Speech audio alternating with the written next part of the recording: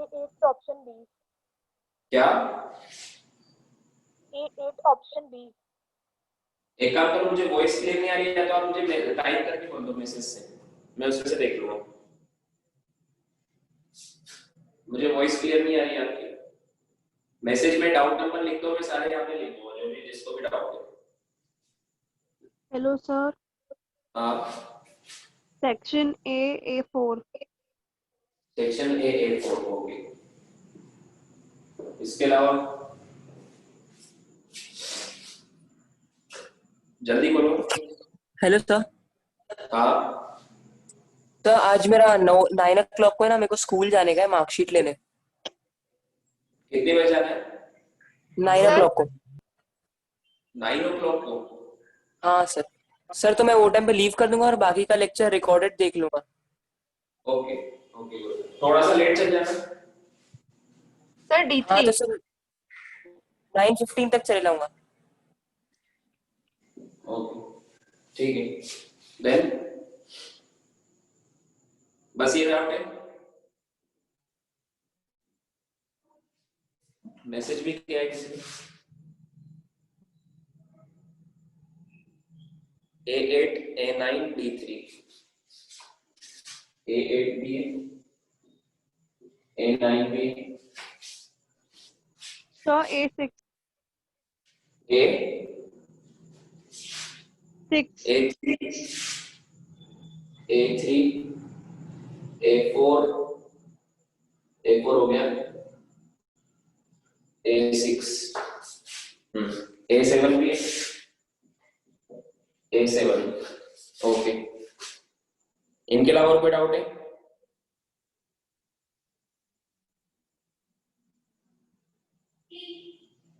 चलो करें स्टार्ट।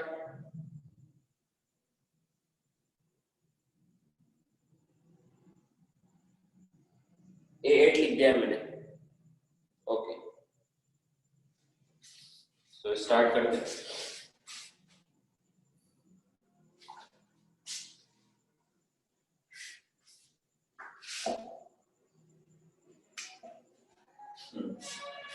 सबसे पहले A3 क्या है?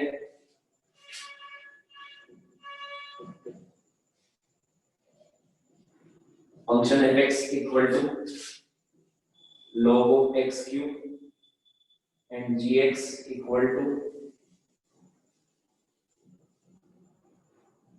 log of x। ठीक है, fx equal to log of x cube and gx equal to log of x है। तो कौन सा ऑप्शन सही है हमसे पूछा है ना? अब देखो, मैंने आपको एक प्रॉपर्टी बताई थी। मैंने आपको एक प्रॉपर्टी बताई थी कि log n की power n is equal to n log of n होता है। ये बताई थी ना प्रॉपर्टी? log n की power n is equal to n log n होता है। n पावर आ गया है तो ये जो ये फंक्शन है f of x, इसको क्या मैं ऐसे लिख सकता हूँ 3 आगे लिख के 3 log of x, 3 पावर आ गया देखिए, एंड gx तो ऐसा कैसे ही। तो देखो f of x, ये log of x क्या है? ये g of x है। तो f of x g of x के कितना टाइम्स है? 3 times he log of x की जगह क्या लिख दिया हमने? g of x। तो f of x जो है वो g of x के दूसरे फंक्शन के कितने टाइम्स है? 3 टाइम्स। समझ में आया है 3? देन A4 क्या है? 10-15 degree is equivalent to 10-15 degree निकालना है। तो देखो क्या मैं इसको 10-45 डिग्री माइनस 30 डिग्री लिख सकता हूँ? ऐसे लिख सकता हूँ क्या? किसी ने कुछ डाउट पूछा है? एक सेकंड। Yes sir. आज किसी का सेकंड लेक्चर है तो पुराने लेक्चर सबने देख लिए। जिसका सेकंड लेक्चर है मैंने उसको सारे लेक्चर्स की लिंक मिल गई थी पुराने वाले, वो देख लिए होंगे तो समझ में आ जाएगा सब, ठीक है। और ये फंक्शन वाले चैप्टर की मैंने नोट्स भी भेजे थे, जब स्टार्टिंग सबसे पहले फंक्शन लॉगरिथमिक तो शायद लास्ट लेक्चर में पढ़ाया था, है ना। So tan 15 degree is equal to, मैं इसको ऐसे लिख सकता हूं tan 45 माइनस 30। अब इसमें फॉर्मूला लगा दो, हमें पता है tan a माइनस b क्या होता है, ये फॉर्मूला बताया था मैंने, tan a minus tan b upon 1 plus tan a tan b, ये फॉर्मूला यहाँ पे लगा दो। सो tan a कितना है 45 माइनस tan b कितना है 30 degree upon 1 plus tan a कितना है 45 इंटू tan b कितना है 30 डिग्री, ठीक है। तो tan 45 क्या है, tan 45 कितना होता है 1. 1, tan 30 कितना होता है 1/√3 1/√3 अपॉन 1 प्लस tan 45 1 होता है इंटू tan 30 1/√3। अब देखो ऊपर भी √3 एलसीएम ले लो, नीचे भी √3 एलसीएम ले लो, तो √3 एलसीएम लूंगा मैं, तो ऊपर क्या बचेगा √3 माइनस 1, ठीक है। नीचे √3 एलसीएम लूंगा तो क्या बचेगा √3 प्लस 1, तो √3 से √3 कैंसिल, तो क्या बचा √3 माइनस 1, ये फॉर्मूला डाल, और नीचे बचा √3 माइनस प्लस 1, बट शायद ये ऑप्शन में नहीं दिया है, ये ऑप्शन में दिया है क्या, ये ऑप्शन में नहीं दिया है, तो ऑप्शन में दिया ही नहीं तो फिर हम कैसे करेंगे इसको, ऑप्शन में जो है वो लेके आना है। तो देखो ऑप्शन में जो दिया है उसको, अब इसको कैसे चेंज करेंगे, देखो ये आंसर आया हमारा। अब ऑप्शन में देखो नीचे रूट नहीं है, ऑप्शन में किसी भी फंक्शन में डिनोमिनेटर में रूट नहीं है, तो रूट को हटाना है, कॉन्जुगेट पेयर। हाँ, तो इसको √3 प्लस 1 अपॉन √3 प्लस 1 से मल्टीप्लाई कर दो, सॉरी √3 माइनस 1 √3 माइनस 1 से मल्टीप्लाई कर दो, ठीक है।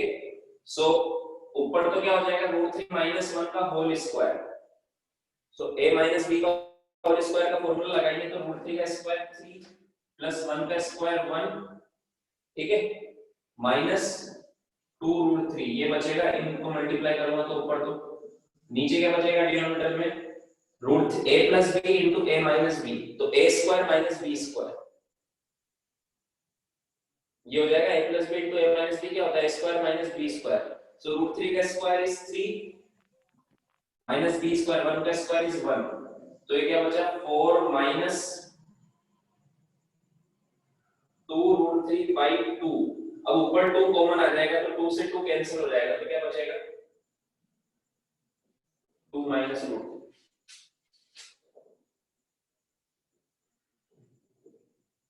समझ में आया, लिखो किस किसने किया था,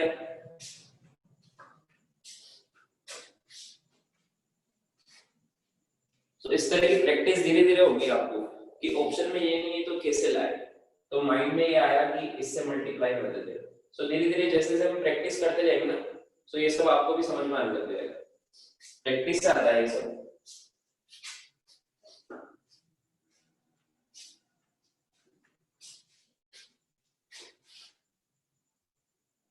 हेलो सर। हाँ बोलो। सर अगर tan 60 माइनस 45 करते तो यही मिलता आंसर। हाँ सेम आएगा, 45 माइनस 30 भी 15 होता है और 60 माइनस 45 भी 15 ही होता है।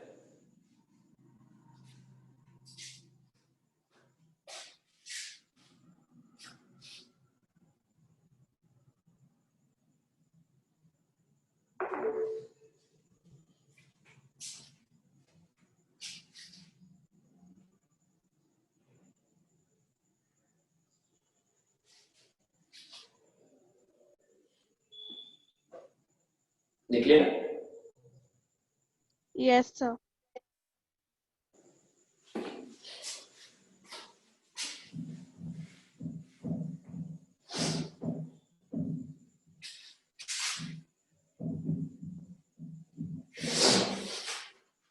देन A4 के बाद A6,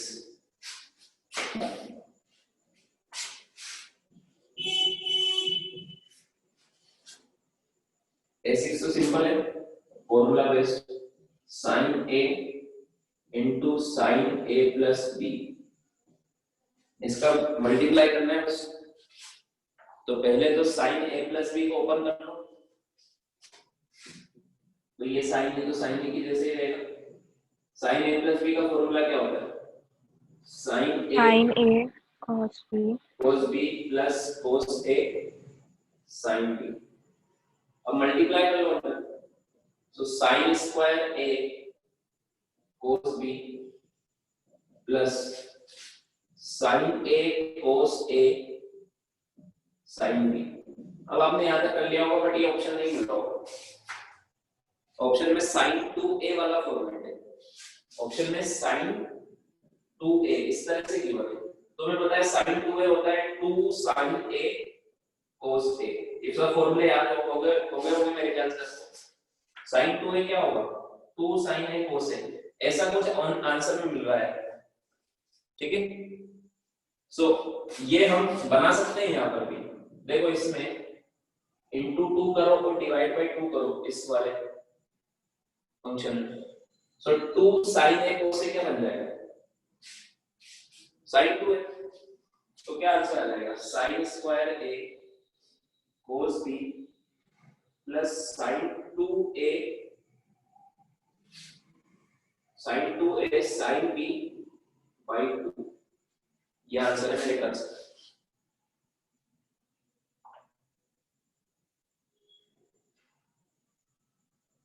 देखिए ना, ऑप्शन सी।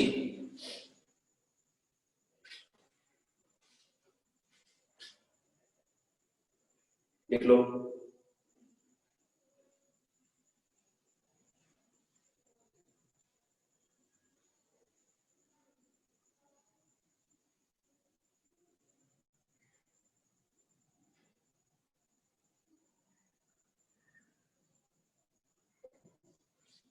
देन इसके बाद क्वेश्चन है A7। A7 क्या पूछा है आपसे? Minus sine theta is equal to. तो देखो ऑप्शन, हमें क्या पता है माइनस साइन थीटा किसके इक्वल होगा? तो देखो ऑप्शन ए क्या है? cos pi by 2 plus theta. ये कौन से क्वाड्रेंट में आ रहा है?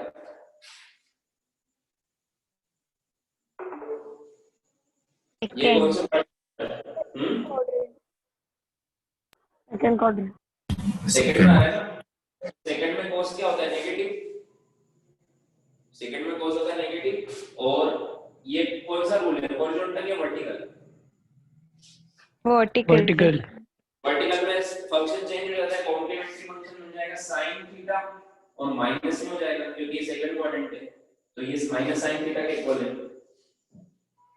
Option B cos pi by 2 minus theta, ये तो फर्स्ट क्वाड्रेंट ही है, ये तो फर्स्ट क्वाड्रेंट है ना, और वर्टिकल है तो ये बन जाएगा sin थीटा। तो ये ऑप्शन नहीं है, बी ऑप्शन नहीं है, ठीक है। Option C sin theta minus pi. अब देखो ये क्या है? sin theta minus pi. अब देखो इसके अंदर अगर मैं इन दोनों में से माइनस कॉमन निकालूं तो ये बनेगा पाई माइनस थीटा।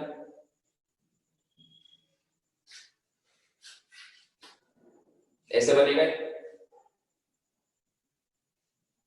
इसके ब्रैकेट के अंदर ही मैंने माइनस कॉमन निकाल लिया तो पाई प्लस हो जाएगा और थीटा माइनस हो जाएगा। ये समझ में आया? Yes sir. yes sir अब देखो मैंने बताया आपको कि साइन के अंदर अगर नेगेटिव होता है तो वो बन जाता है माइनस साइन थीटा, कोस के अंदर अगर नेगेटिव होता है तो वो प्लस में कोस थीटा रहता है। ये सब बताया था ना मैंने, ये फोर्थ क्वाड्रेंट वाला एंगल है। Yes sir. तो ये माइनस भी बन जाए, ये माइनस बाहर आ जाएगा, साइन का माइनस बाहर आ जाएगा। सो ये क्या बन जाएगा? Minus sine pi minus theta. या ये थर्ड स्टेप समझ में आई?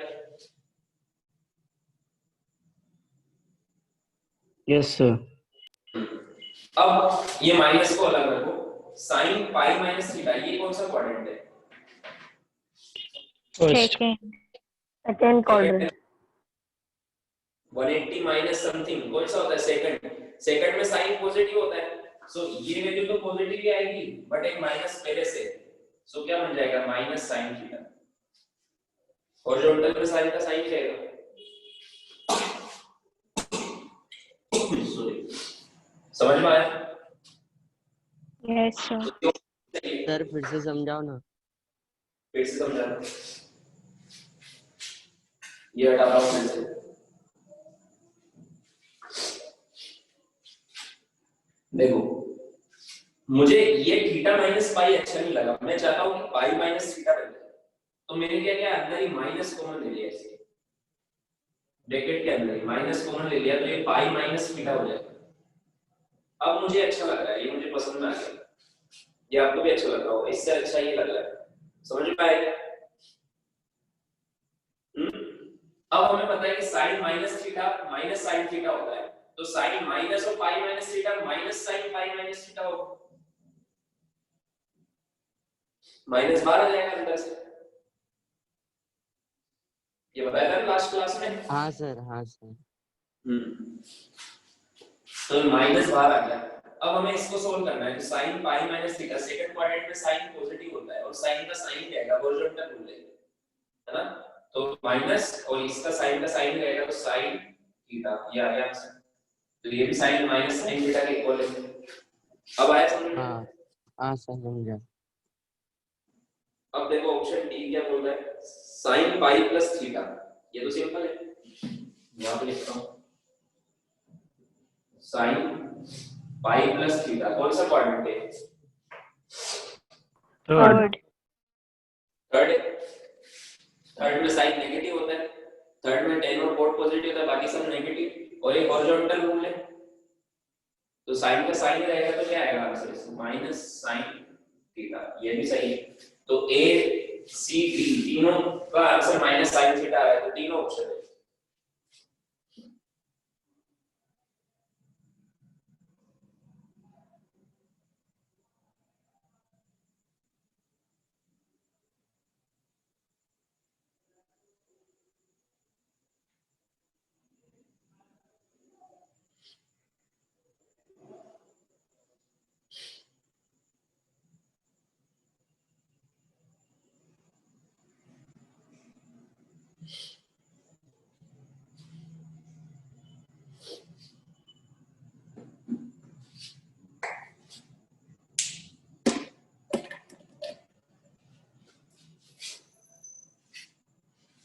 देखिए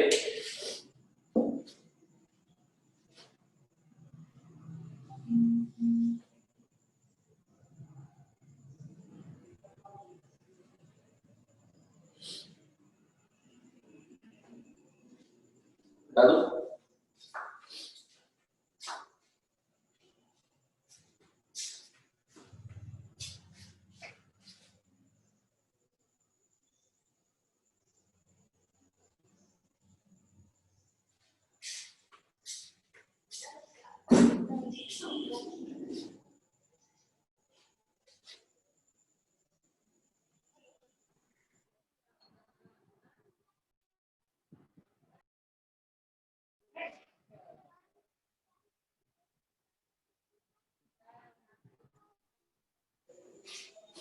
देख लिया?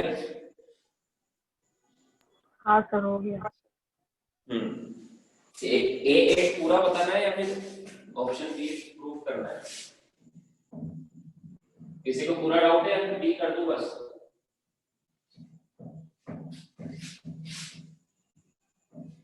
तो बी बता देता हूं।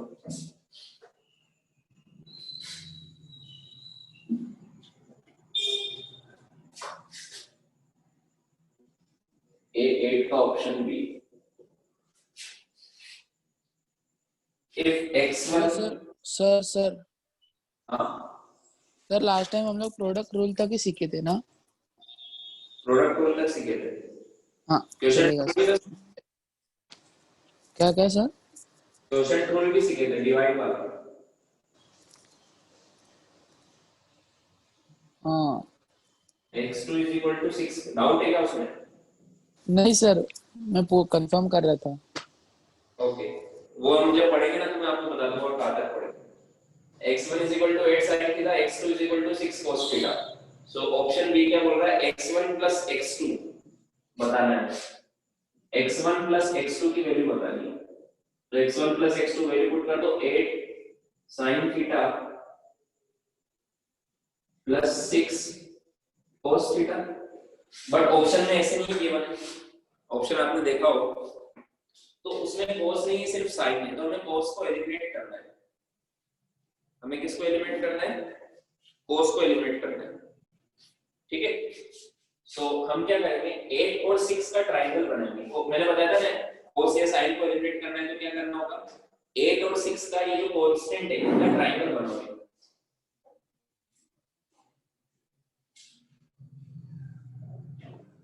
सो 8 6 ये ट्रायंगल बना दिया। तो ये हाइपोटेनस कितना होगा? हाइपोटेनस कितना होगा? 8 6 ये होगा 10। 10 और ये एंगल कितना होगा? ये एंगल होगा sin, ये एंगल मान लो थीटा है, तो ये एंगल होगा sin theta is equal to 6/10, मतलब 3/5। 3/5 कितना होता है? 37 डिग्री। 37 डिग्री। तो ये एंगल होगा 37 डिग्री। समझ में आया? समझ में आया? तो इस ट्रायंगल में sin 37 कितना होगा? 6/10 मतलब 3/5। cos 37 कितना होगा? 8/10 मतलब 4/5, है ना? अब देखो, तो इसका हाइपोटेनस कितना है? 10 से। तो अब नेक्स्ट स्टेप क्या होती है? ये तरीका है, इसको sin cos में फंक्शन है तो cos को एलिमिनेट करना है, sin को एलिमिनेट करने का ये तरीका है। तो अब 10 से मल्टीप्लाई करो, 10 से डिवाइड करो। सो मैंने क्या किया, 10 से मल्टीप्लाई और 10 से डिवाइड किया। ऐसे किया था ना जब हमने किया था क्लासिफिकेशन। सो क्या बचेगा? 10/10 8 sin theta plus 6 cos theta. इसमें मैंने 10 से मल्टीप्लाई कर दिया और 10 से डिवाइड कर दिया। अब जो मैंने डिवाइड किया उसको अंदर अंदर भी तो ला सकता हूं, एक ही बात है। अब देखो 8/10 क्या है? cos 37। 8/10 की जगह क्या लिख सकता हूं? cos 37। 6/10 की जगह क्या लिख सकता हूं? sin 37। समझ में आया? सो ये पुट कर दो तो क्या बचेगा? 10 sin थीटा 8/10 की जगह क्या लिखूंगा मैं? cos 37 प्लस 6/10 की जगह क्या लिखूंगा? sin 37 cos theta. sin है cos b प्लस इसको उल्टा लिख दो, चलो cos थीटा पहले लिख दो, sin 37। ये किसका फॉर्मूला बना? sin a cos b plus cos a sin b। तो किसका फॉर्मूला बना है? 10 sin a प्लस b का। a कितना है? थीटा, और b कितना है? 37 डिग्री। तो ये आंसर आ गया ना, x1 plus x2 is equal to.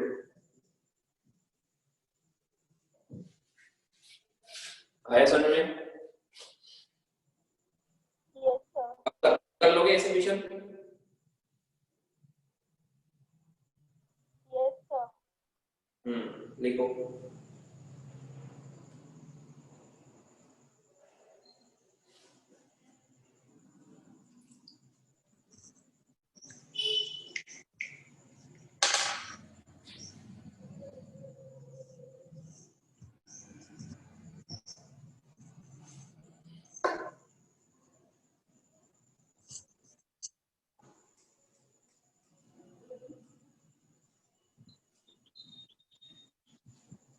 Done, sir.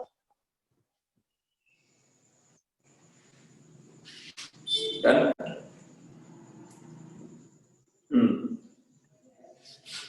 सबने लिख लिया? हटा दो। बाकी ऑप्शन तो हो गए होंगे, बाकी ऑप्शन सिंपल है। सर बाकी है। लिखो।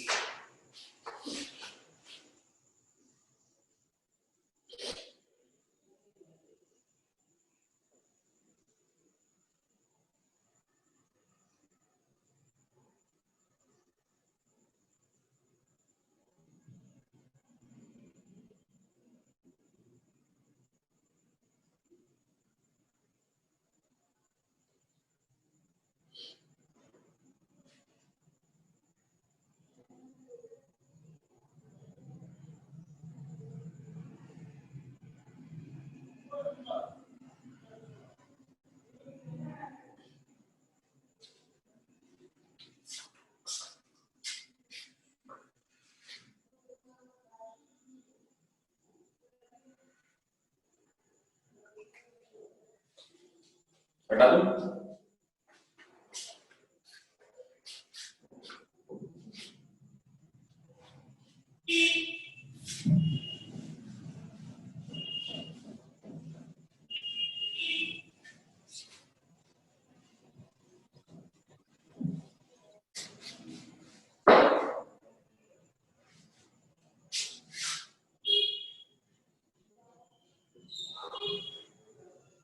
A9 भी A9 ये तो क्लास में करवाया था मैंने ऐसा क्वेश्चन। क्या पूछा है इसमें? थीटा पूछा है। तो ये साइड गिवन है, ये एंगल है थीटा, ये 3 3 4, ठीक है। सो इसमें मल्टीपल ऑप्शन है इसलिए आपको डाउट आया होगा। देखो कैसे लाना है। सबसे पहले तो cos थीटा निकाल सकते हैं। इसमें फॉर्मूला क्या होता है? ये मान लो c है, ये a है और ये b है, तो थीटा के सामने वाली साइड का स्क्वायर। फॉर्मूला बताया था मैंने, c square is equal to a square plus b square minus 2ab cos theta. ये फॉर्मूला बताया था। Yes sir. ये कौन सी साइड होती है? थीटा के सामने वाली। तो 3 का स्क्वायर 9 इज इक्वल टू, ये a भी 3 है तो 3 का स्क्वायर 9, b 4 है 16 माइनस 2 into 3 into 4, मतलब 2 into 2 2 into 3 6 6 into 4 24 cos theta. So 9 से 9 कैंसिल हो गए, है ना? So 24 cos theta is equal to 16। 8 से 2 times, 8 से 3 times, तो cos थीटा कितना है? 2/3। एक ऑप्शन तो ये है, एक ऑप्शन तो ये सही है ना? अब जब भी मल्टीपल चॉइस क्वेश्चन होता है ना, तो इतनी जल्दी नहीं सोचना है कि ये आंसर होगा। मल्टीपल में पक्का और भी होंगे आंसर। तो ऑप्शन में देखो sin थीटा भी निकला हुआ है उसमें और tan थीटा भी निकला हुआ है, तो कैसे निकालेंगे? cos थीटा पता है आपको, तो sin और tan कैसे निकालेंगे? सिंपल है, इसका ट्रायंगल बना। cos थीटा क्या होता है? एक ये सारे एंगल क्या होते हैं? राइट एंगल ट्रायंगल की तो रेशियो में, तो ये ट्रायंगल बनाओ। cos थीटा होता है बेस, तो बेस को लिख दो 2। 3 होता है हाइपोटेन्यूज, तो हाइपोटेन्यूज को लिख दो 3। तो बताओ ये कितना होगा? परपेंडिकुलर कितना होगा?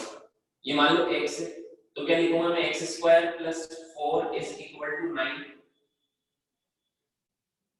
x square plus 4 is equal to 3 का स्क्वायर 9, 2 का स्क्वायर 4, तो x square is equal to क्या आएगा? 5।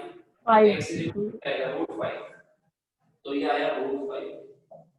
अब मुझे बताओ sin थीटा क्या होगा? ये एंगल थीटा, ये वाला है, तभी तो 2/3 लिखा। तो sin थीटा क्या होगा? √5/3। √5/3। और tan थीटा क्या होगा? √5/2।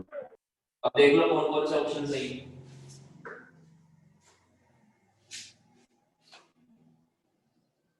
आगे समझ में?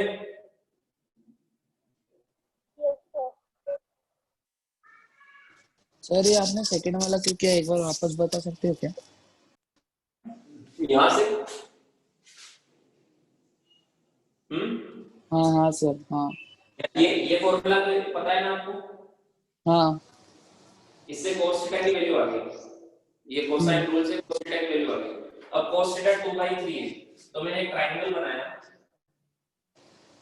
जिसका एंगल थीटा है। तो बेस कितना होगा? 2, और हाइपोटेन्यूज कितना होगा? क्योंकि cos होता है बेस अपॉन हाइपोटेन्यूज। ये सब याद होना चाहिए, बेसिक स्ट्रॉन्ग होना चाहिए आपका। साइन क्या होता है? cos, ये सब बेसिक सिंपल है, ये सब तो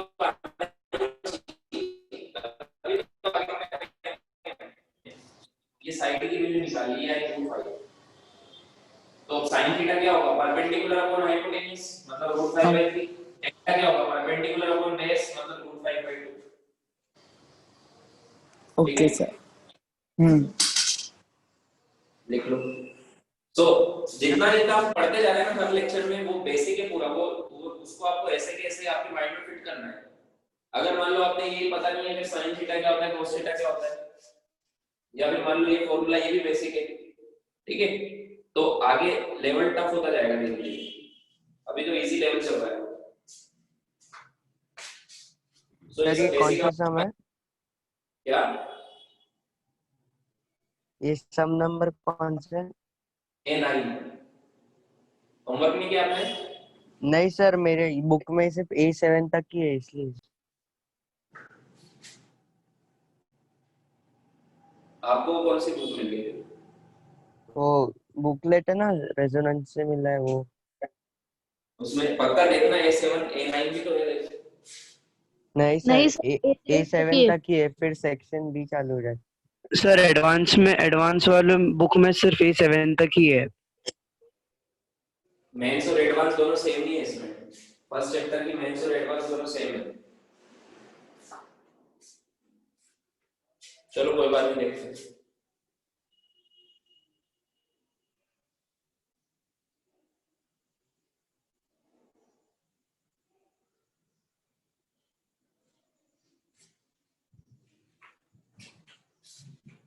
फर्स्ट चैप्टर की मेंस और एडवांस की शीट दोनों सेम होगी, उसके बाद से अलग अलग हो जाएगी, क्योंकि इस चैप्टर से एडवांस में वैसे डायरेक्ट कोई क्वेश्चन नहीं आता ना मेंस में आता है, सो दोनों की अलग अलग शीट नहीं है।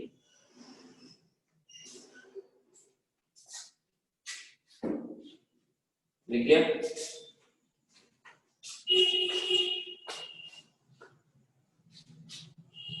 Yes, sir.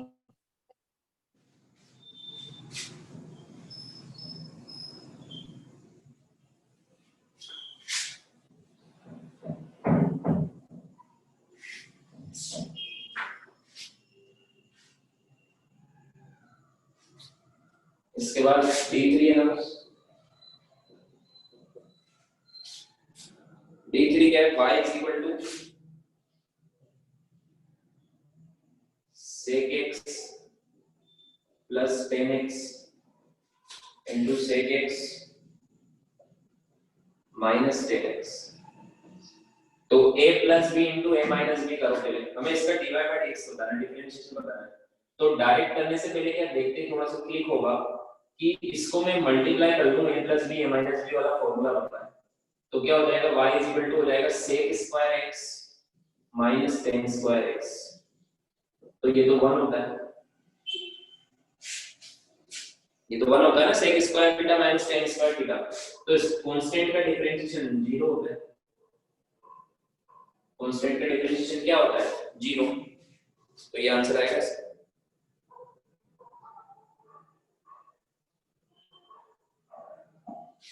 समझ में आया?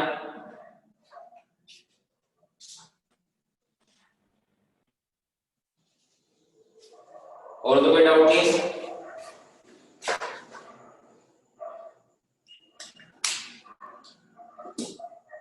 लिख लो।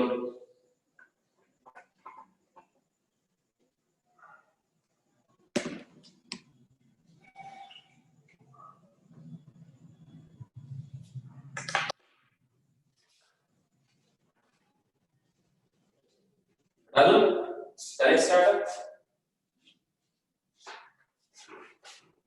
Done, sir.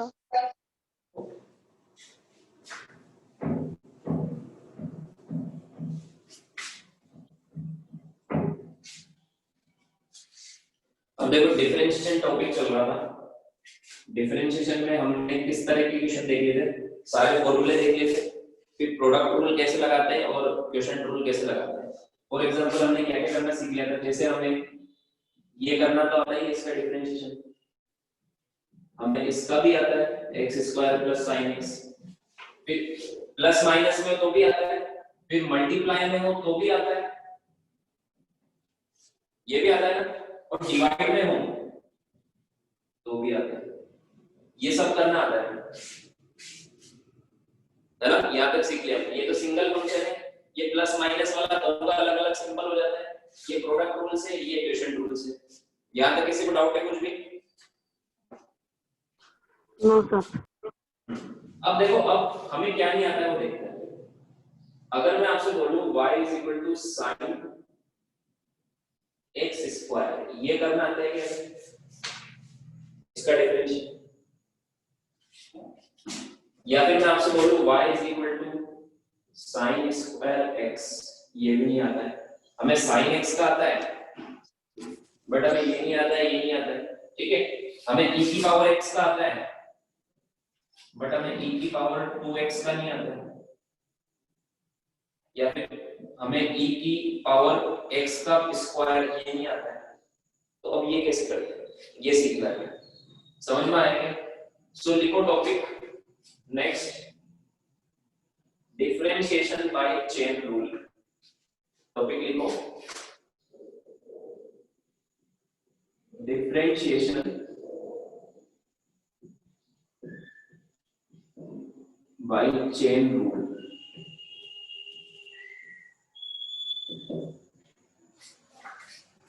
Differentiation by chain rule,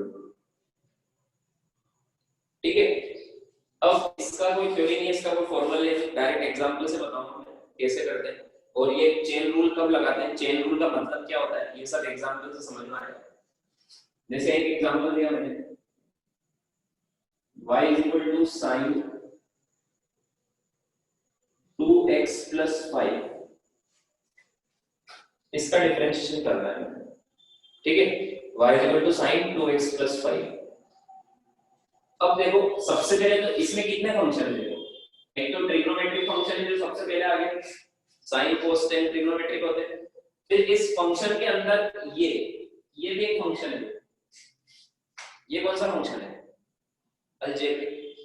सो इसमें फंक्शन के अंदर एक और फंक्शन है, इसमें फंक्शन के अंदर एक और फंक्शन है। तो कैसे करते हैं इसे, चेन रूल लगाएंगे। तो ये रूल का यूज करते हैं, this rule is used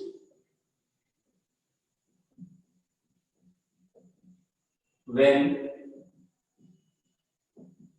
there is function in a function, मतलब फंक्शन के अंदर फंक्शन हो, फिर उसके अंदर भी फंक्शन हो, तो चेन रूल लगाते हैं। अब चेन रूल कैसे लगाएंगे, चेन रूल बहुत इजी होता है, कुछ नहीं, डायरेक्ट डिफरेंशिएशन करते जाओ लाइन से, कि जैसे y = sin x का डिफरेंशिएशन क्या होता है, cos x, cos x। तो इसका क्या होगा, dy/dx लिखो, cos 2x + 5 ये होगा, ठीक है। बट इसका तो समझ खत्म आ गया, बट अभी इसका पूरा नहीं हुआ है, इसका तो पूरा हो गया नहीं, क्योंकि इसके अंदर कोई और फंक्शन नहीं था। अब इसका देखो, तो हमने पहले साइन का काम पूरा कर दिया, सबको चांस देंगे, सबका डिफरेंशिएशन करेंगे। साइन का कर दिया, साइन का हो गया cos, ये पूरा साइन जो भी एंगल है उसका हो गया cos जो भी एंगल है, ठीक है। अब अंदर वाले का करना है, पहले बाहर वाले फंक्शन का होता है, फिर उसके बाद उसके अंदर वाले फंक्शन का होता है। तो हमें पता है y = 2x + 5 का क्या होगा डिफरेंशिएशन, 2 होगा। तो अब 2x + 5 का क्या होगा, 2, तो 2 से मल्टीप्लाई कर दो इनटू 2, तो इसका आंसर क्या आएगा, dy/dx = 2 cos 2x + 5। समझ में आया चेन रूल,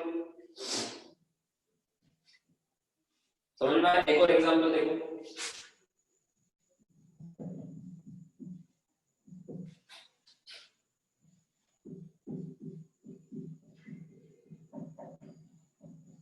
ये चलो बोलो, तुम ही बोलो क्या करें, सबसे पहले किसका करें,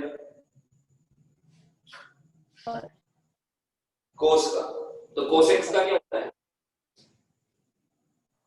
-sin x, तो माइनस साइन और x नहीं लिखना है, ये पूरा लिखना है जो भी इसके अंदर है, x² + 2x + 5।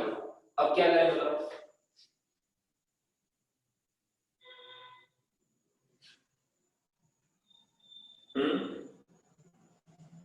अब एक फंक्शन बाहर वाला तो हो गया ट्रिग्नोमेट्री वाला, अब अंदर वाला फंक्शन करना है। तो x² का क्या होगा, और जो भी इसका होगा उसको मल्टीप्लाई कर दो इनटू x² का क्या होगा 2x + 2x का क्या होगा 2 और 5 का होगा 0, तो इससे मल्टीप्लाई कर दिया, तो आंसर क्या आएगा, -2x + 2 sin x² + 2x + 5, ये आएगा।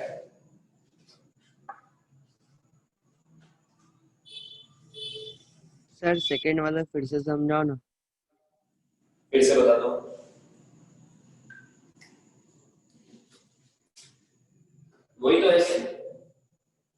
सबसे पहले तो फंक्शन बाहर वाले फंक्शन का डिफरेंशिएशन करो। तो cos x का क्या होता है माइनस sin x। तो x की जगह यहाँ पे क्या लिखा हुआ है वो पूरा का पूरा आएगा x square plus 2x plus 5। अब अंदर वाले का सबसे पहले बाहर वाले का फिर उसके अंदर वाले का इसका करो। तो इसका डिफरेंशिएशन क्या होगा? अब इसको मत देखो, इसको देखो बस। x स्क्वायर का होगा 2x और 2x का होगा 2, तो उससे मल्टीप्लाई करो 2x प्लस 2 से। समझ में आया? तो आंसर क्या है माइनस में 2x plus 2 sin x square plus 2x plus 5। अब आगे समझ में? हाँ सर। लिखो ये दोनों फिर हाँ सर समझा।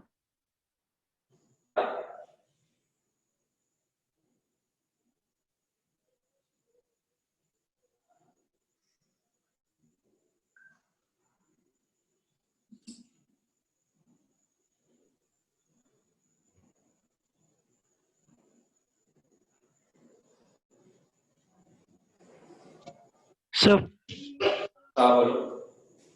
सर अगर ऐसे ही sine of cos of 2x plus 5 ऐसा कुछ हुआ तो वो कैसे करेंगे? बोलो मैं करता हूँ। ये लिख लिया हो? बोलो तुम्हारा डाउट है बोलो।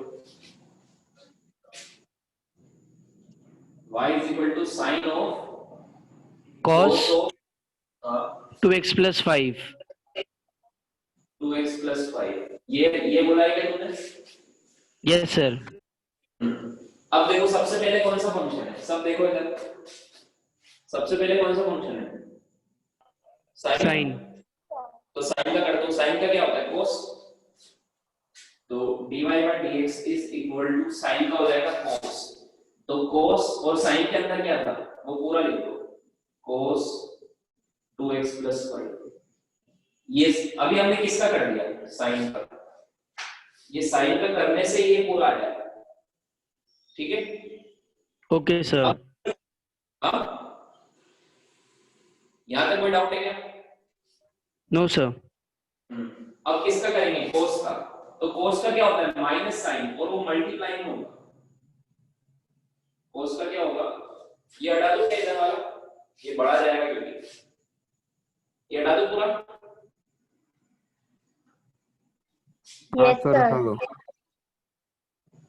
Yes sir. देखो साइन का काम हमने खत्म कर दिया। चेन रूल मतलब क्या होता है? लाइन से सबके काम खत्म करते जाओ, सबको डिफरेंशिएट करते जाओ लाइन से। चेन का मतलब क्या है? लाइन से। तो सबसे पहले सबसे बाहर वाला फंक्शन साइन। तो साइन का हो गया, साइन का होता है cos। तो साइन ये पूरा x है, तो cos ये पूरा x। अब cos का अब देखो, अब बाहर वाले भूल जाओ, अब सिर्फ इसको देखो। तो इसका हमने पहले किया था ना, इसका क्या होगा? cos का minus sign 2x plus 5। cos का भी काम खत्म हो गया। अब यस इसको सर। देखो, इन दोनों को भूल जाओ, इसको देखो 2x प्लस 5 का क्या होगा? 2। तो आंसर क्या आएगा? ये आंसर आएगा माइनस और 2 आगे आ जाएगा बाकी पूरा। सर वो फर्स्ट ब्रैकेट में कॉस और कॉस मल्टीप्लाई नहीं होते हैं? नहीं ये cos है और ये उसके अंदर एक पूरा एंगल है, ये मल्टीप्लाई नहीं होते। ये मल्टीप्लाई ओके सर। इधर देखो, ये मल्टीप्लाई कब होते? अगर ये cos b अगर ऐसे लिखा होता cos 2x plus 5 और ये तो ऐसा कैसे लिखा? ये cos ये ब्रैकेट में लिखा होता मान लो cos 2x plus 5, तो फिर ये मल्टीप्लाई हो जाता है और बन जाता cos स्क्वायर 2x plus 5 ऐसे बन जाता है। ये नहीं होगा। Okay sir. समझ में आया? Yes sir. ठीक है, ये भी लिख लो चाहो तो एग्जांपल एक में देता हूं। सर एक पूछने का है, हम लोग ने फर्स्ट ब्रैकेट का मतलब cos x का sin x माइनस साइन में किया ना, और फिर ये 2x प्लस 5 का इंटू 2 इसके लिए किया ना? यस ये इसका है और इसका ये है। लाइन से देखो, तुम देखोगे तो चेन चल रही है पूरी चेन, इसलिए इसको बोलते हैं चेन रूल। ठीक है, अब देखो तो सर बोलो। सर मतलब कितने भी ब्रैकेट्स हो हम ऐसे ही चेन रूल से एक एक करके कर सकते हैं ना? ऐसे तो कितना भी टफ क्वेश्चन बन सकता है, बहुत लंबा क्वेश्चन भी बन सकता है, बट इतना कोई करने की जरूरत नहीं होती है। फिजिक्स में एप्लीकेशन आती है बस कि हमें डिफरेंशिएशन का मीनिंग समझ में आना चाहिए। Physics Okay, sir. में करोगे, बड़े बड़े क्वेश्चन करोगे डिफरेंशिएशन इंटीग्रेशन के, वो सब आप बाद में पढ़ोगे और ज्यादा लेवल पे। फिजिक्स में डिफरेंशिएशन का कोई डायरेक्ट क्वेश्चन नहीं आएगा कि डिफरेंशिएट करो एग्जाम में, बट हर क्वेश्चन में डिफरेंशिएशन या इंटीग्रेशन लगता है। अब वो सिंपल लेवल पे ही लगता है, बट आपको आना चाहिए। समझ में आया? फिजिक्स के Yes, sir. क्वेश्चंस में डिफरेंशिएशन इंटीग्रेशन का यूज होता है, अलग से क्वेश्चन नहीं आएगा इसका कि ये डिफरेंशिएट करो, वो मैथ्स के पेपर में आएगा। समझ में आया? तो अभी आपको बेसिक क्वेश्चन सोल्व करने सारे जितने भी शीट में, ठीक है? ऐसे तो आप और भी लंबा बना सकते हो उसको, करते जाओ। समझ में आया? बेसिक क्वेश्चन की प्रैक्टिस कर लेते हैं। जैसे मैंने बोला y = log of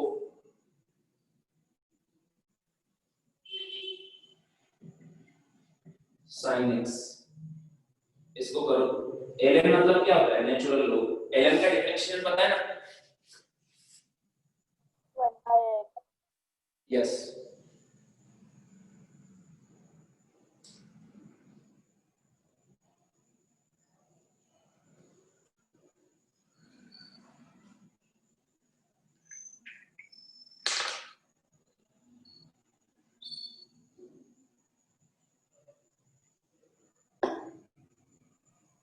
So 10x.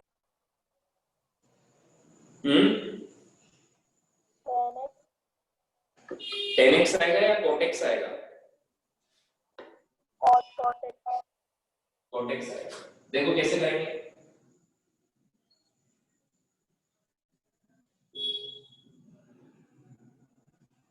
देखो log of x का क्या होता है? ln of x का होता है 1/x, तो ln of sin x का क्या होगा? 1/sin x। जो भी ln के अंदर होता है वो 1 में आ जाएगा। फॉर्मूला वही है, फॉर्मूला कुछ भी चेंज नहीं हो रहा है। सो ln of sin x का क्या हो जाएगा? 1/sin x। ये समझ में आया? तो अभी हमने ln को पूरा किया, किसका डिफरेंशिएट किया हमने? ln का, बट हमें तो पूरा करना है ना इसका, तो sin का भी करना पड़ेगा। तो sin x का क्या होगा? बोलो। Cos x. तो cos x upon sin x क्या होगा? cot x। ये आ गया इसका आंसर।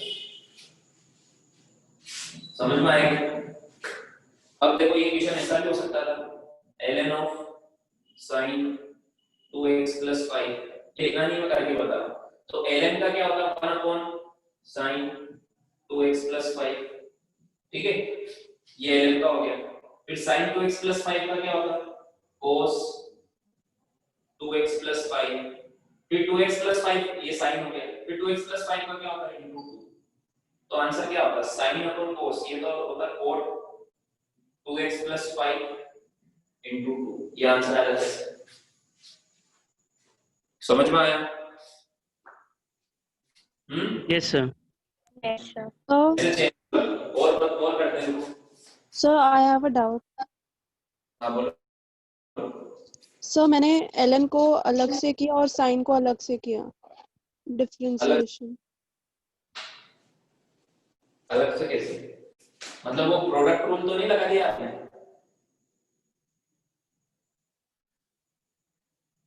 प्रोडक्ट रूल लगाया क्या? नहीं। तो फिर अलग से कैसे किया? बीच में प्लस माइनस तो है नहीं जो अलग अलग कर दो, ये तो एक ही फंक्शन है ना। दो फंक्शन का मल्टीप्लिकेशन है कि प्रोडक्ट रूल लगा दो, ये पूरा एक ही फंक्शन है, ये फंक्शन के अंदर फंक्शन है। सो ये मेथड है, इसका चेन रूल लगा दो, लाइन से करते जाओ। लोग ln of x का 1/x, तो x की जगह पे sin x है तो sin x आ जाएगा, ये पूरा log के अंदर है, तो ये नीचे आ जाएगा इनटू sin x का cos x। समझ में आया?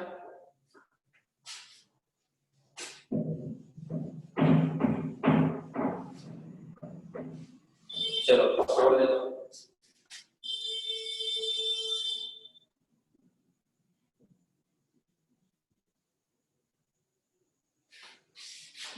ये तो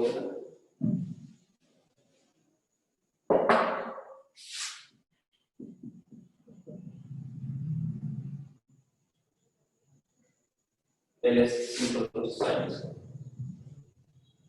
ये करो।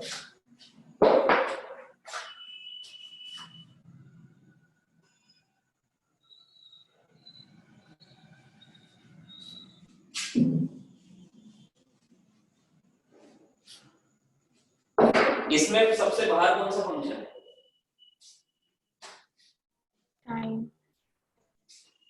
साइन है या पावर है? साइन है या उसकी पावर है?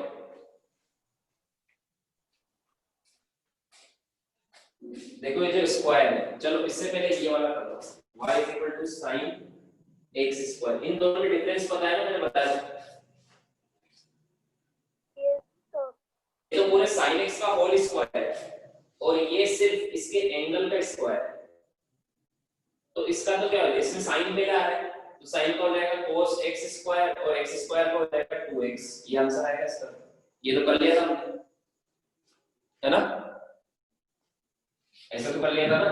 बट ये अलग क्वेश्चन है, ये x का स्क्वायर नहीं है, पूरे sin x जो एक फंक्शन है उसका होल स्क्वायर है। इसको आप ऐसे लिख लो, चाहो sin x का होल स्क्वायर। ये दोनों एक ही चीज है, ठीक है?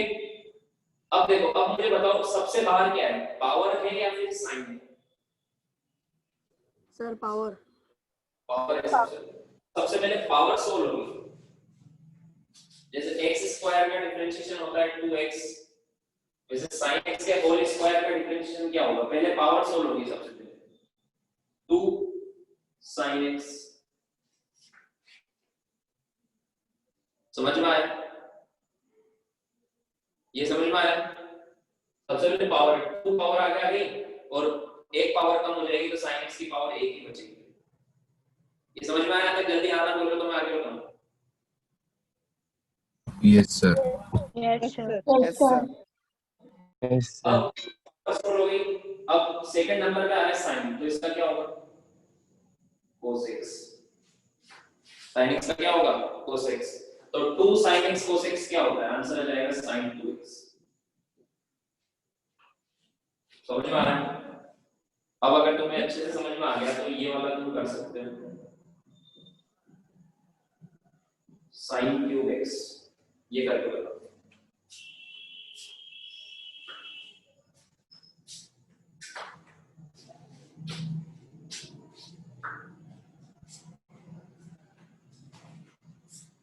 ऐसा कोई जिसका आज फर्स्ट लेक्चर है?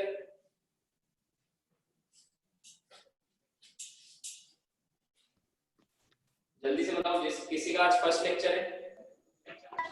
हाँ सर। तो इसका answer 3 sin x² into cos x है। हाँ ये तो मैं बता दूं। किसका अभी किसी ने बोला था फर्स्ट लेक्चर किसका है? सर नेहा गुप्ता, नेहा, आप कौन से सेंटर से हो? अंधेरी। अंधेरी से। आप डिस्कशन वाले ग्रुप में ज्वाइन हो चुके हो क्या? हाँ ग्रुप में ज्वाइन किया है सर ने मुझे। एक और डिस्कशन वाला अलग से बच्चों का ग्रुप है, आप मुझे मैसेज करना, मैं आपको उसमें ज्वाइन कर दूंगा, ठीक है? हाँ सर। और मैं आपको पुराने लेक्चर्स के वीडियो लिंक भेज दूंगा, वो आपको देखना बहुत जरूरी है। अभी आपको समझ में नहीं आ रहा होगा मेरे ख्याल से, आ रहा है क्या? हाँ आ रहा है। टफ लग रहा होगा कि आपको पुराने से लिंक नहीं है ना, बहुत इजी चीज है, बट आपको टफ लग रही होगी, है ना? सो अगर आप पुराने लेक्चर देख लोगे, उसके बाद आज वाला लेक्चर ये भी रिकॉर्ड हो रहा है, फिर से देखना, तो आपको अच्छे से समझ में आएगा। अभी 2-3 दिन आपको बहुत इस वीक आपको मेरे नेक्स्ट लेक्चर से पहले पुराना सारा क्लियर करना है, सारे वीडियो लेक्चर देख के नोट्स बनाने हैं, ठीक है? और ऐसे ही जो जिन्होंने पार्टिसिपेट किया सबको ऐसे ही करना है, मेरे नेक्स्ट लेक्चर से पहले अभी तक का पूरा क्लियर करना है। जैसे अगर किसी का सेकंड लेक्चर है तो आई होप उनने इस लेक्चर से पहले के सारे लेक्चर देख के नोट्स बना लिए होंगे। समझ में आया? तभी आप साथ साथ आ पाओगे हमारे, ठीक है? अब ये आंसर क्या है? नया आप मुझे मैसेज करना, मैं आपको एक और ग्रुप में ज्वाइन कर दूंगा जिसमें और बच्चे हैं सब डिस्कशन, उसमें डाउट वगैरह आते हैं तो उसमें वीडियो लेक्चर की रिकॉर्डिंग वगैरह सब उसमें सेंड होती है, ठीक है? Okay sir. तो sin क्यूब x, तो सबसे पहले तो इसको ऐसे लिख लो, sin x का क्यूब, है ना? ये sin क्यूब x मतलब पूरे sin x का क्यूब है। अब पहले पावर सोल्व होगी, तो हमें पता है x क्यूब का क्या होता है 3x स्क्वायर। x क्यूब का क्या होता है 3x स्क्वायर, तो sin x क्यूब का क्या होगा 3 sin स्क्वायर x, ये होगा ना? समझ में आया चीज? यहां तक समझ में आई? Yes sir. तो ये 3 पावर सोल्व हुई। अब क्या बचा sin x, तो sin x का हो जाएगा cos x, ये आंसर। ठीक है? Yes, sir. ये हटा दो।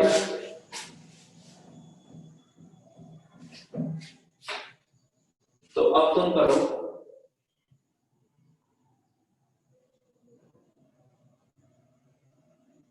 रूट ऑफ sin x, इसका डिफरेंशिएशन करो।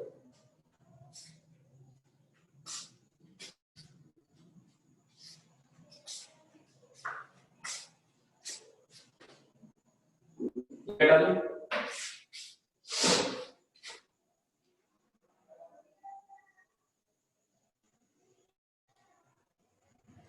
Hello sir.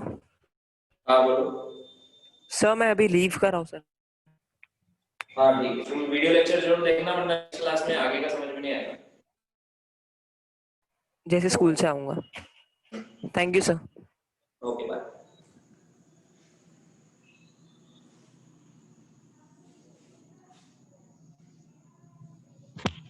Sir cot x by 2।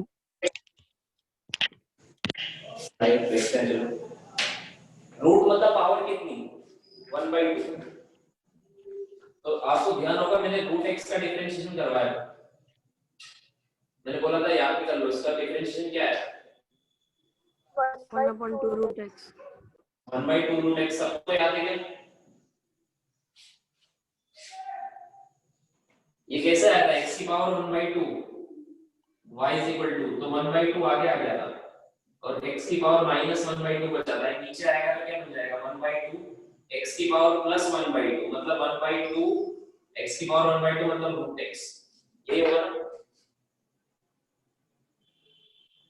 तो अगर रूट x का डिफरेंशियल 1/2 रूट x होता है तो रूट sin x का क्या होगा? पहले तो रूट सोल्व होगा ना, पहले हम क्या सोल्व कर रहे हैं रूट, फिर sin का तो बाद में करेंगे।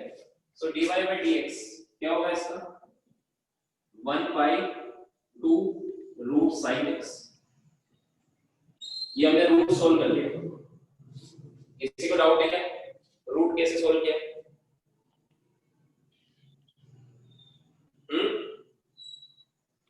जल्दी बोलो फिर आगे करता हूं। No, sir. इसमें डाउट है? इसमें डाउट है क्या ये जो हमने किया? जोर से बोलो। वापस ये समझ में आ गया तो वो एक ही बार में आ जाएगा। पहले ये फिर से बताऊंगी या बैक नहीं बताऊंगा? सर स्टार्टिंग से उधर देखो रूट x का कैसे करते हैं डिफरेंशियल 1/2 पावर आगे आ जाएगी, तो x की पावर क्या बचेगी -1/2, तो नीचे ले जाओगे तो x की पावर 1/2, तो 1/2 रूट x, तो रूट x का डिफरेंशियल 1/2 रूट x होता है, तो रूट sin x का क्या होगा 1/2 रूट sin x। नहीं तो इसको भी ओपन करके बता देता हूं मैं पूरा। y is equal to sin x, इसकी पावर कितनी है 1/2 है ना, तो पहले पावर सोल्व होगी, तो पावर आगे ले जाओ 1/2 sin x की पावर कितनी बचेगी -1/2, तो ये नीचे आएगा तो वही बनेगा ना। हाँ सर। अब ये तो पावर सोल्व हुई अभी तक। अब पावर के बाद अंदर क्या है फंक्शन के अंदर कौन सा फंक्शन है sin x, तो sin x का क्या हो जाएगा cos x, तो ये cos x upon 2 root sin x। समझ में आया? Yes, sir.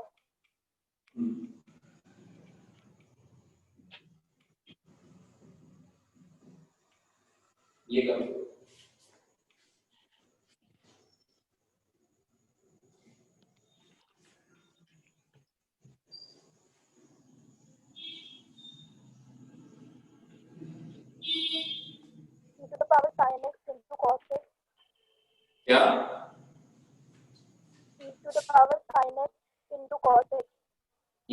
सही है।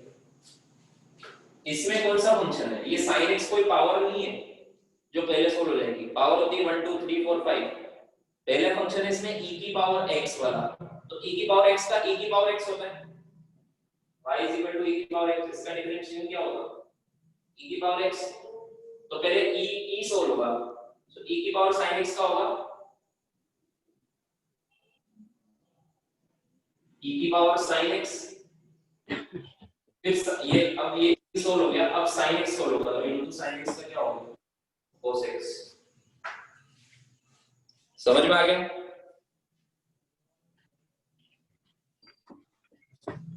Yes sir. लिख लो। सो चेन रूल ऐसे करते हैं, लाइन से सोल्व करते जाओ चेन से।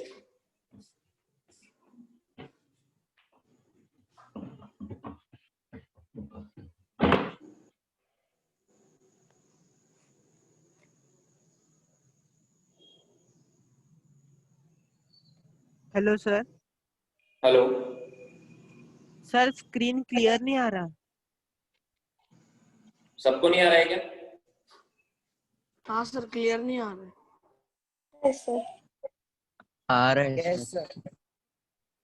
आ रहा है तो सर। क्लियर है। हाई स्पीड नेटवर्क है मेरे पास, पता नहीं आपको क्यों नहीं क्लियर आ रहा है। सबको आ रहा है कि नहीं आ रहा है? आ रहा है सर। आ रहे हैं आ रहा है ना? हो सकता है नेटवर्क की प्रॉब्लम होगी आपके वहां पे। हटा तो लिख लिया सबने?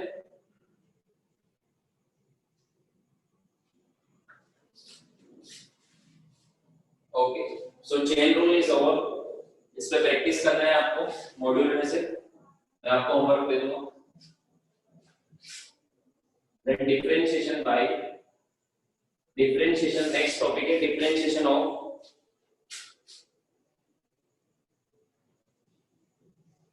implicit function।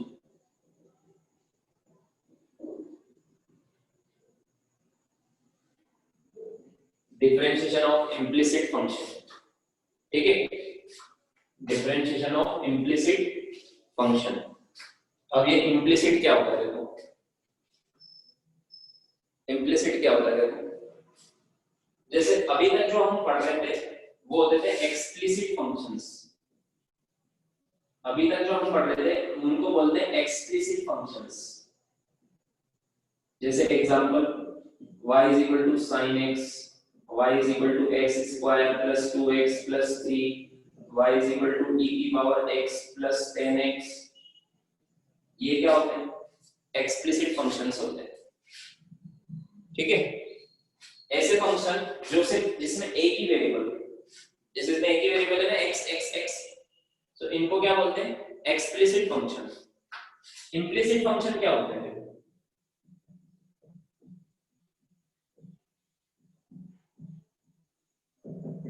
ऐसे फंक्शन जिसमें दो वेरिएबल हो, x भी हो y भी हो और इक्वल टू समथिंग हो, लेट्स से 0 हो, ठीक है? ऐसे फंक्शन जिनमें दो वेरिएबल हो, ये तो क्या है? इसमें एक ही वेरिएबल। जैसे इम्प्लिसिट फंक्शन क्या होगा? x square y plus y square plus x square equal to 0, ये इम्प्लिसिट फंक्शन है। दोनों वेरिएबल है देखो इसमें, तो इसका डिफरेंशिएशन सिखाऊंगा अभी मैं आपको। कितने वेरिएबल इसमें? दो, x भी है y भी है। जैसे एक और देखो x प्लस y का whole square is equal to 0 या समथिंग कुछ भी, तो इनको क्या बोलते हैं? Implicit function. लिख लो। अभी तक जो हम पढ़ रहे थे उनको बोलते थे एक्सप्लिसिट, इस तरह के फंक्शन। ये क्या है? इम्प्लिसिट। सो इसमें भी कुछ अलग नहीं है, कंसेप्ट सेम होगा। देखते हैं कैसे करेंगे। पहले लिखो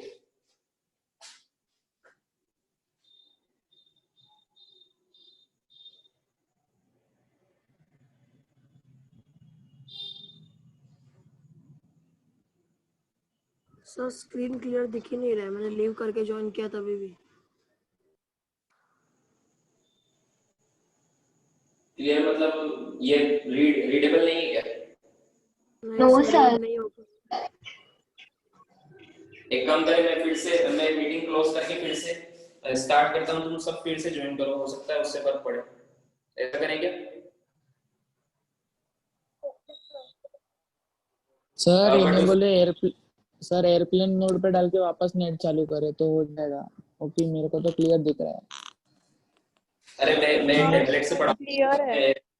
हूँ, आईपैड से पढ़ाता हूँ मैं, उसमें एयरप्लेन मोड पे रहता है मुझे, तो सिम नहीं है।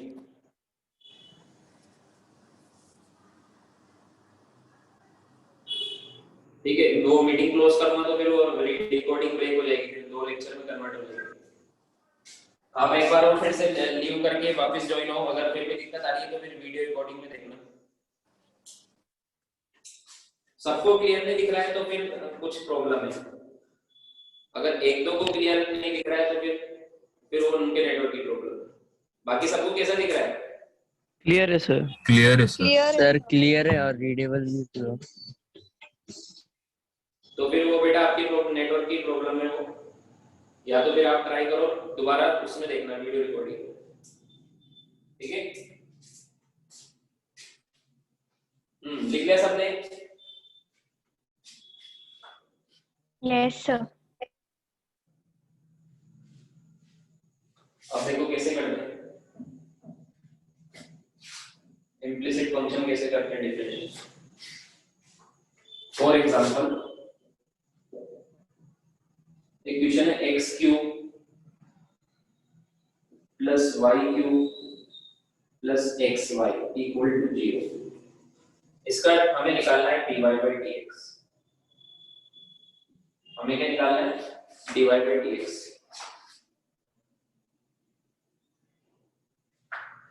ठीक है, तो कैसे निकालेंगे? देखो करना क्या है, हमें ये पूरा फंक्शन है, तो हमें क्या करना है? डिफरेंशिएट द फंक्शन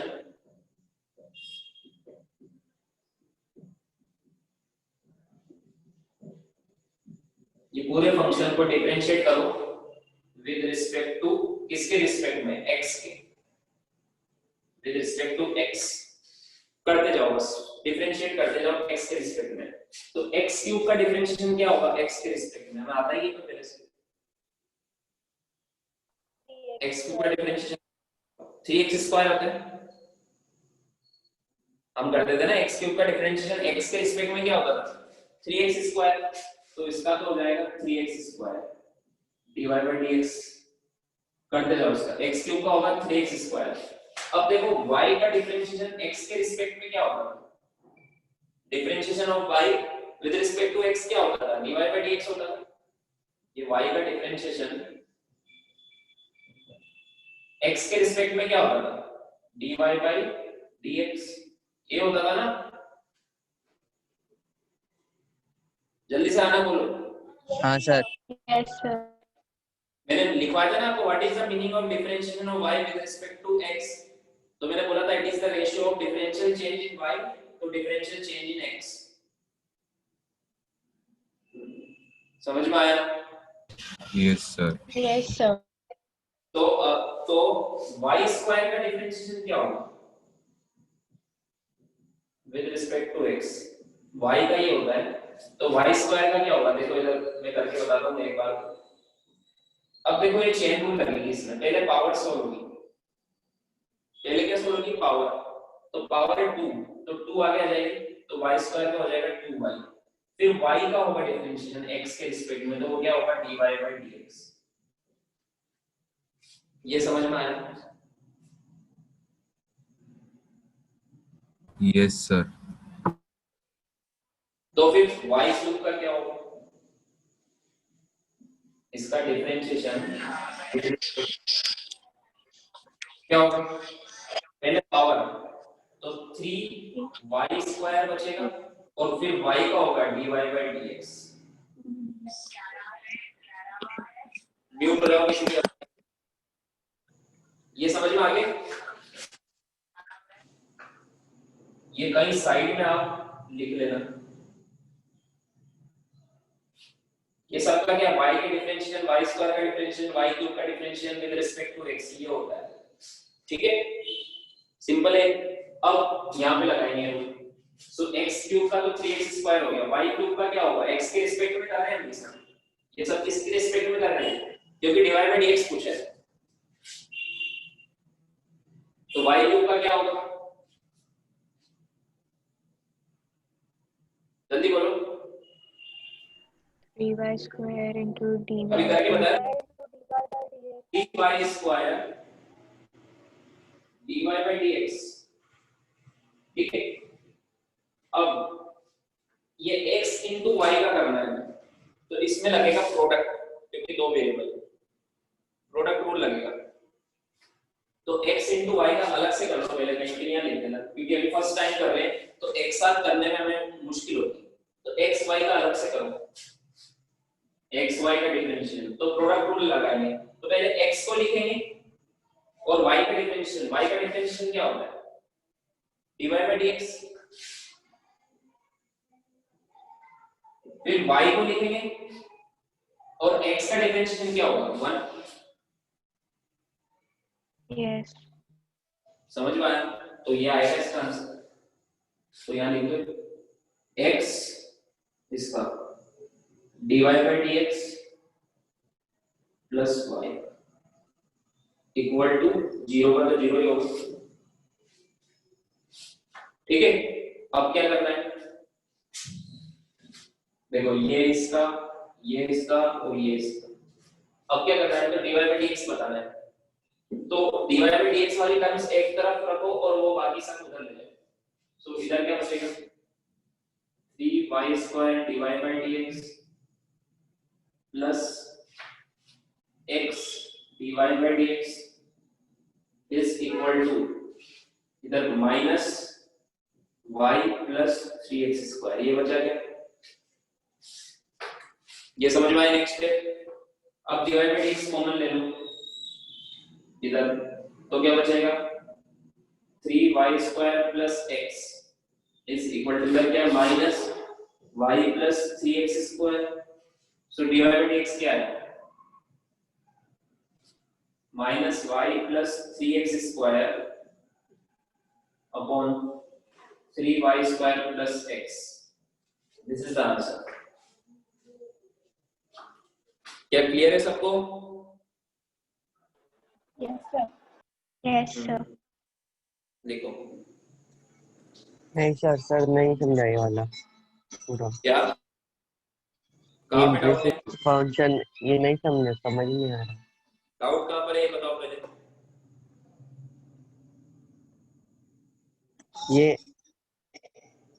ये कैसे आया मैं वो नहीं समझा। ये समझ में आ गया? हाँ सर। ये समझ में आ गया? हाँ वो थोड़ा समझ आ गया। चलो फिर से थोड़ा नहीं पूरा आना चाहिए, फिर से बताता हूँ।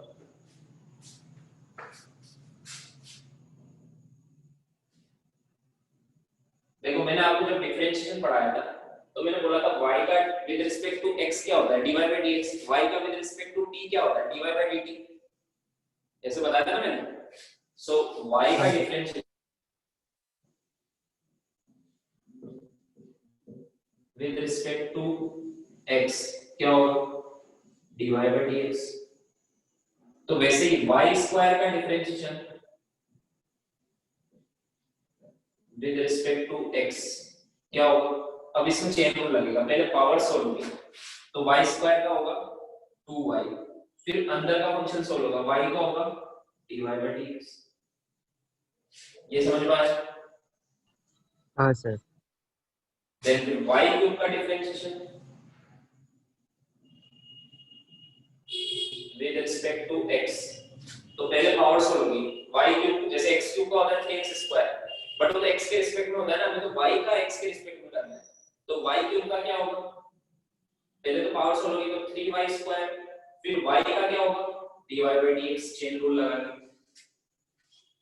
ये समझ में आया? हाँ सर समझा। अब देखो, अब ये क्वेश्चन देखो, x क्यूब का x के रिस्पेक्ट में तो ये होगा 3x स्क्वायर, ये तो हम पहले से कर रहे हैं। y क्यूब का क्या होगा वो करके दिखाया, देखो 3y square dy by dx, है ना। ये आपको लिख लेना है पूरा। अब x into y का अलग से करते हैं बात, तो इसमें क्या लगाएंगे, प्रोडक्ट रूल। प्रोडक्ट रूल क्या होता है, पहले एक को लिखो दूसरे का करो, फिर प्लस लगा के दूसरे को लिखो पहले का करो।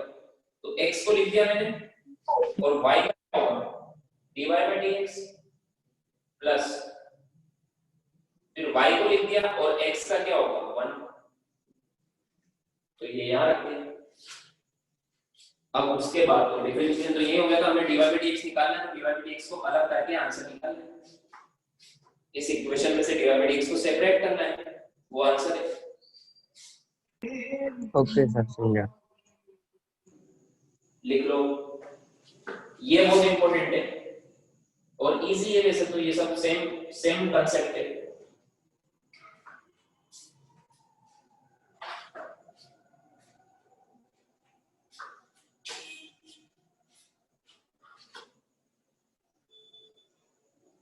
सो जब भी इम्प्लिसिट फंक्शन आए तो उसको डिफरेंशिएट कर दो x के रिस्पेक्ट में, सारे उसमें जितने भी वेरिएबल है।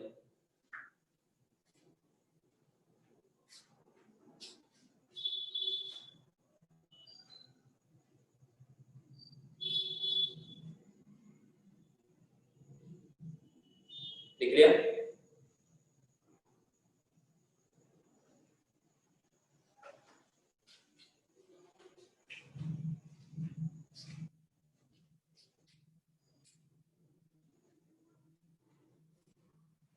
Done, sir. No, sir.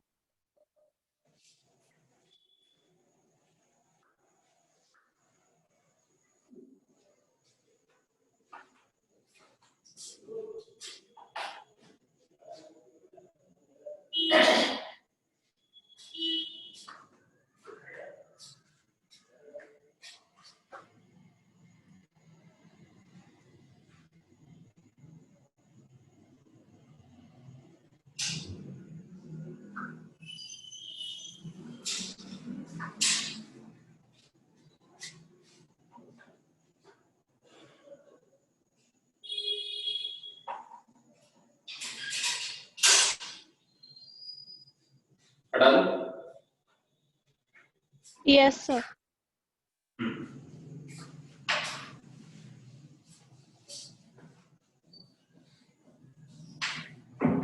एक और इसमें कर लेते हैं।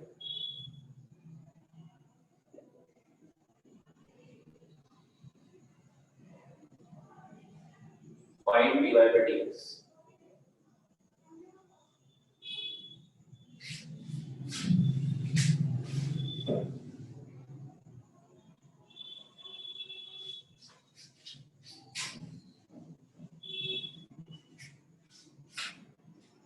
करोगे या मैं बताऊं?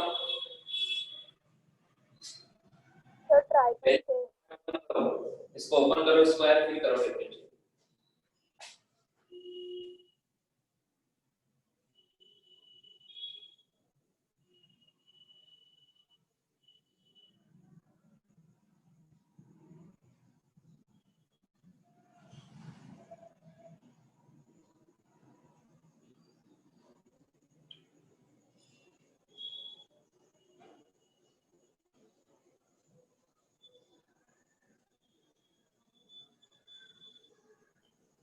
So, -1. क्या? -1. नहीं,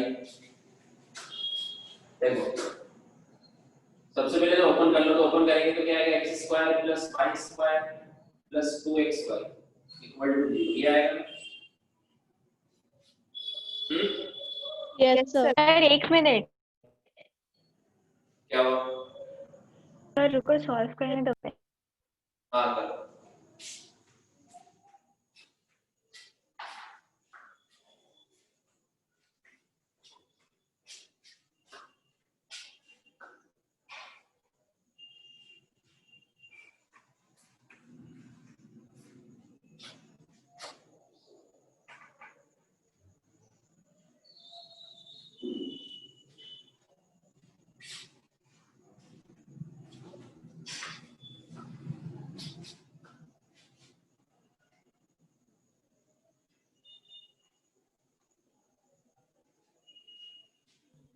सर, चलो -1. देखते हैं, मुझे आंसर नहीं पता। x स्क्वायर का क्या होगा, बोलते जाओ।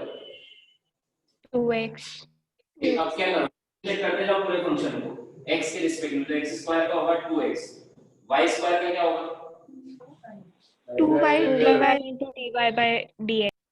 y स्क्वायर का 2y और y का dy by dx chain rule लगा के, ठीक है। अब ये चाहो तो 2xy का अलग से कर लो, xy का हमने किया था अलग से, तो 2xy का एक बार और कर लो अलग से। तो एक बार तो 2x को ऐसा कैसे लिखो, और y का क्या होगा dy by dx प्लस फिर y को ऐसा कैसे लिखो, और 2x का होगा 2, तो ये आएगा, है ना। Yes sir. तो यहाँ पुट कर दो, तो क्या आएगा 2x dy by dx plus 2y equal to 0। और देखो 2 कॉमन हो गया, 2 तो 0 पे चला गया। अब dy by dx वाली टर्म को अलग रख लो, y dy by dx plus x dy by dx is equal to minus y plus x, ये उधर आ जाएगा। तो dy by dx कॉमन हो जाएगा, इधर बचेगा y प्लस x, हाँ सही आएगा आंसर। इधर बचा माइनस y प्लस x, इससे ये cancel, so dy by dx कितना है -1। समझ में आ गया, सही था जिसका भी आंसर था, मुझे पता नहीं था ये कैंसिल हो जाएगा बाद में जाके, ठीक है। किसने आंसर दिया था?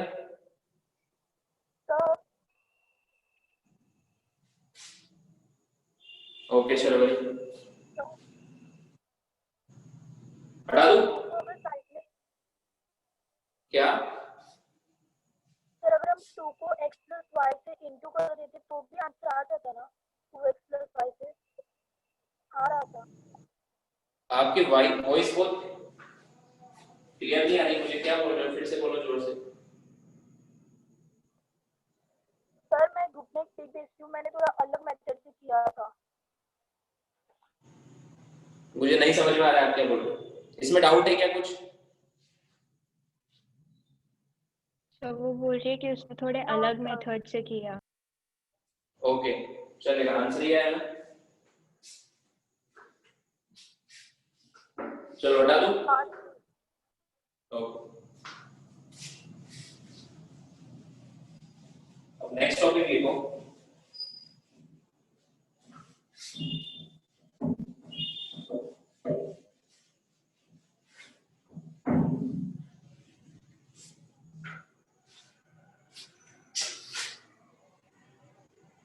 Graph of a function and its slope, this is our topic। किसी भी फंक्शन का ग्राफ और उसका स्लोप क्या होगा, ठीक है। अगर आपको ग्राफ दिया है तो उसका स्लोप कैसे निकालेंगे ये देखना है। तो सबसे पहले स्लोप के बोलो। सर हम लोग का ना कॉलेज है आज 10 बजे, तो 10 मिनट जल्दी छोड़ोगे क्या? अभी कितना टाइम हुआ? 9:28। मैं ट्राई करता हूँ ये वाला टॉपिक पूरा हो जाए 9:50 तक, तो मैं छोड़ दूँ, ठीक है। Okay sir. ओके तो graph of function and its slope. So सबसे पहले देखते हैं स्लोप क्या होता है। जैसे जैसे हम जिस भी पाथ पे हम चलते हैं रोड पर, अगर वो पूरा हॉरिजॉन्टल रोड जिस पे जनरली हॉरिजॉन्टल ही रोड होते हैं सारे, उसका स्लोप कितना होता है? 0 होता है उसका स्लोप। इस तरह के जो रोड होते हैं, या भी ये लाइन है हॉरिजॉन्टल लाइन है, इसका स्लोप क्या है? इसका स्लोप है 0। हॉरिजॉन्टल लाइन का स्लोप क्या होता है? 0। अब अगर रोड ऐसा हो तो इसका स्लोप 0 होगा क्या? नहीं। हम बोलते हैं ना ये बहुत स्लोपी रोड है। अगर ऐसा रोड हो और ज्यादा स्लोप, ऐसा रोड हो तो हम बोलते हैं इसका स्लोप कम है, इसका स्लोप ज्यादा है। अगर ऐसा रोड हो तो स्लोप कम ज्यादा का मतलब समझ में आना चाहिए। सो अगर इस लाइन को मैं ऐसे लिफ्ट कर दूं, मैंने मान लो इसको y होम से लिफ्ट कर दिया और इसका बेस है x, तो इसका स्लोप जो होता है वो इस एंगल के हिसाब से निकलता है। अगर ये एंगल ज्यादा है तो स्लोप ज्यादा है। जैसे मैंने बोला एंगल 30 डिग्री की जगह 45 कर दूं तो स्लोप बढ़ जाएगा। किस पे डिपेंड करता है? इस एंगल पे या फिर ये y/x के रेशियो पर। अगर y/x का रेशियो ज्यादा है, ठीक है, तो ज्यादा हो तो इस लाइन का जो स्लोप है, एक तो ये 0 नहीं, तो इसका स्लोप क्या होगा? इसका स्लोप होगा y/x। या तो आप y/x कर दो, या फिर अगर आपको y और x नहीं पता है, थीटा पता है, तो परपेंडिकुलर अपॉन बेस क्या होता है? tan theta. तो ऐसे निकालते हैं, या तो स्लोप को निकाल दो इक्वल टू tan थीटा से, या फिर y/x से। ठीक है, तो स्लोप होता है tan थीटा, और थीटा जो होता है उसको बोलते हैं स्लोप एंगल। थीटा को क्या बोलते हैं? Theta is not a slope, theta is a slope angle, या फिर एंगल ऑफ लाइन, या फिर स्लोप एंगल। और स्लोप क्या होता है? स्लोप होता है tan theta. tan theta is slope of this line. समझ में आया? ये समझ में आ गया सबको? सर सिर्फ एक बार रिपीट कर दो। देखो इस लाइन का स्लोप 0 है, क्योंकि इस लाइन में y की वैल्यू 0 है। देखो इधर हाइट कितनी इसकी? y 0, तो 0 पुट करोगे तो स्लोप लाइन 0 आएगा। या फिर इसका थीटा 0 है, तो tan 0 0 होता है। हॉरिजॉन्टल लाइन का स्लोप क्या होता है? 0। अगर इसको आपने y से लिफ्ट कर दिया, तो जितना ज्यादा लिफ्ट करोगे उतना ज्यादा स्लोप बढ़ता जाएगा। इसलिए स्लोप क्या होगा? y/x, ये हाइट अपॉन ये बेस।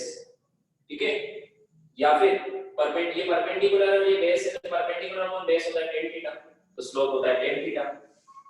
या फिर y/x, ये फार्मूला याद रखना है आपको, लिख लो ये फिर हटाओ में। हाँ ठीक है सर। Done sir. डन। अब अगर देखो अगर ये लाइन बहुत छोटी है, अगर ये लाइन बहुत छोटी है, ठीक है, तो इसकी ये हाइट y आएगी या dy आएगी? बहुत छोटी आएगी या बहुत बड़ी आएगी? ये हाइट dy। हाँ, बहुत छोटी आएगी ना, तो y की जगह क्या लिख दूंगा मैं? dy। और ये लेंथ, इसका बेस, ये भी बहुत छोटा है, ये आएगा dx, और ये एंगल थीटा। तो इस बार स्लोप क्या होगा? dy by dx। Perpendicular upon base, dy by dx, या फिर tan थीटा। समझ में आया? सर वो दिख ही नहीं रहा है। वो बहुत छोटा है, चलो मैं बड़ा ही मान लूं इसको। ये तो लिख लिया ना आपने। अगर ये लाइन बहुत छोटी है, बट मैं बड़ा दिखाने के लिए बड़ा बना रहा हूं, बट ये लाइन बहुत छोटी है, तो इसकी हाइट भी बहुत कम होगी, ये dy होगी और ये dx होगी, ये एंगल थीटा। तो स्लोप क्या होगा? dy upon dx। अब समझ में आया? हाँ सर समझे। या फिर perpendicular upon base, dy by dx क्या होता है? tan theta. तो फॉर्मूला तो वही रहेगा, y की जगह dy हो जाएगा और x की जगह dx हो जाएगा।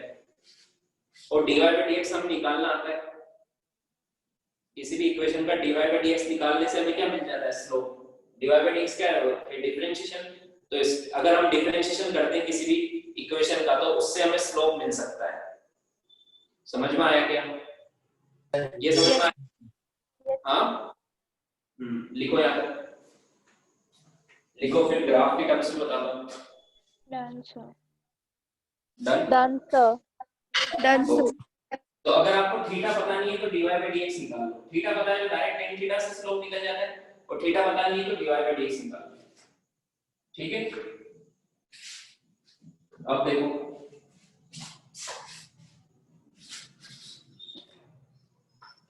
जैसे मान लो हमारे पास एक फंक्शन है y f of x, है ना, एक फंक्शन है, इसका ग्राफ भी हमें दिया हुआ है,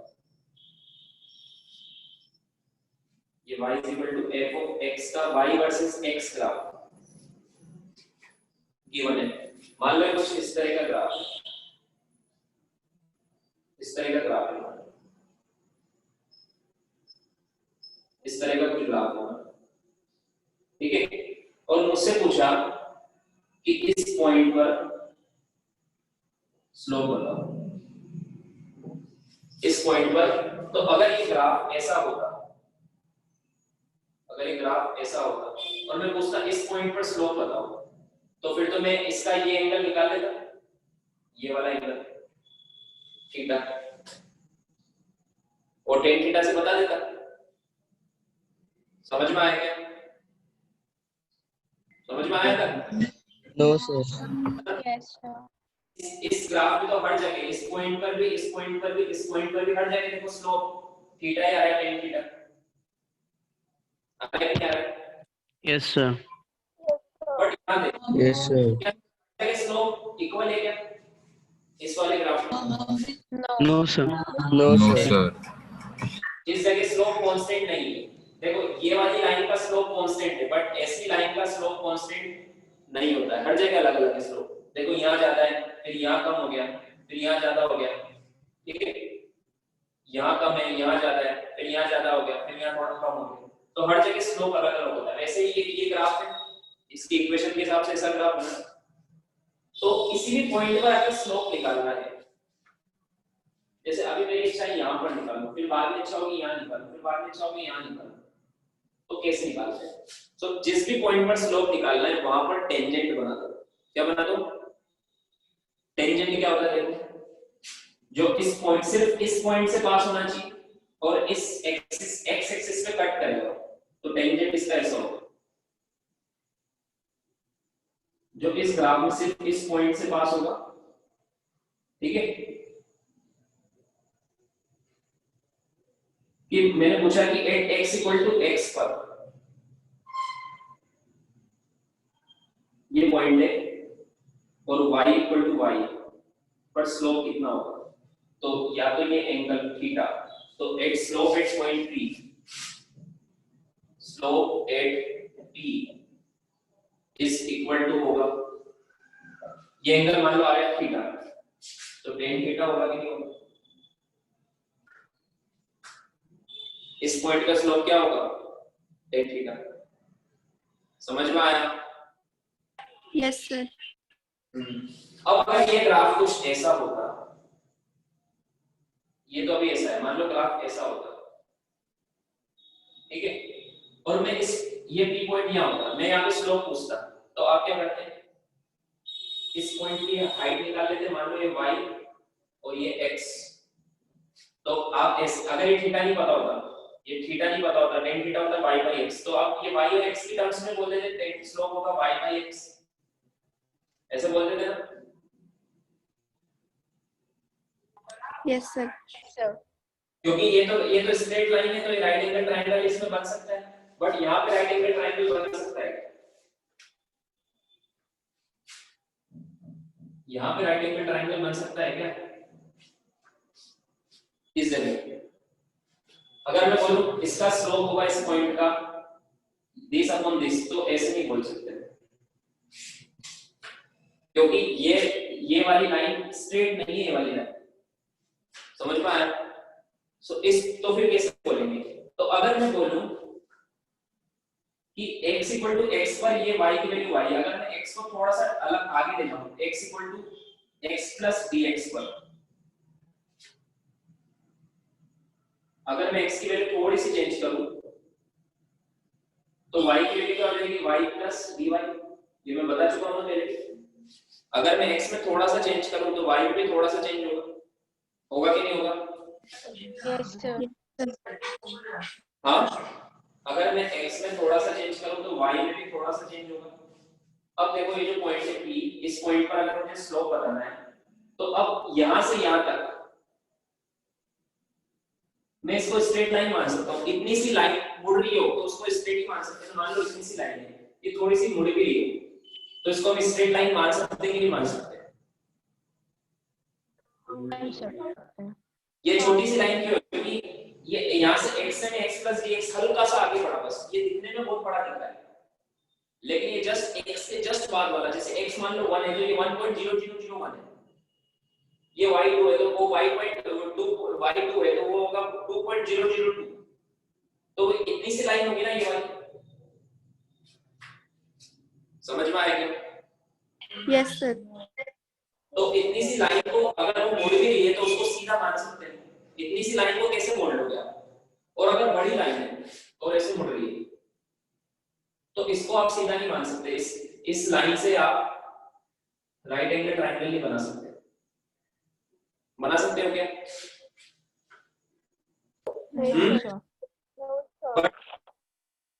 छोटी सी लाइन से तो बना सकते हैं। हम ऐसा क्यों कर रहे हैं? मान लो अगर थीटा नहीं पता इस पॉइंट पर, अगर आपको थीटा नहीं पता तो स्लोप कैसे निकालोगे? तो एक ही मेथड है, परपेंडिकुलर अपॉन बेस। तो परपेंडिकुलर अब कौन सा लेंगे?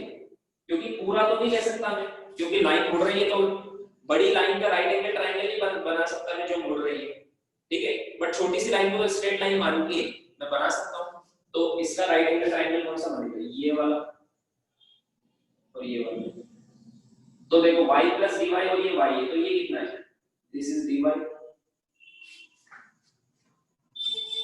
है ना? Yes sir.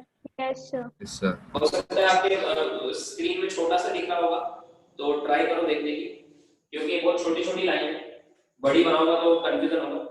और ये क्या है? dx, x, ये x और ये x प्लस dx, तो ये गेट कितना? dx। और अगर ये एंगल थीटा तो ये एंगल भी थीटा ही होगा, ये एंगल थीटा है तो ये एंगल भी थीटा ही होगा। तो यहां से मैं tan थीटा को क्या बोल सकता हूं? dy by dx।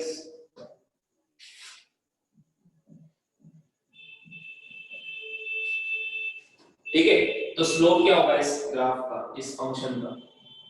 Slope 8p। एक और तरीका है, आप dy by dx निकाल लो, और dy by dx हमें निकालना आता है, ठीक है, या तो tan थीटा थीटा पता हो तो ये निकाल लो, या फिर dy by dx निकाल लो। dy by dx इतने टाइम से हम क्या करते हैं? dy by dx से निकालते थे, वो निकालना आता है तो स्लोप भी निकाल लेंगे, फिर क्वेश्चन करते हैं इसके को, फिर क्वेश्चन करते हैं।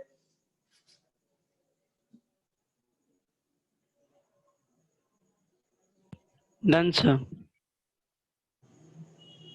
सबका नहीं हुआ अभी?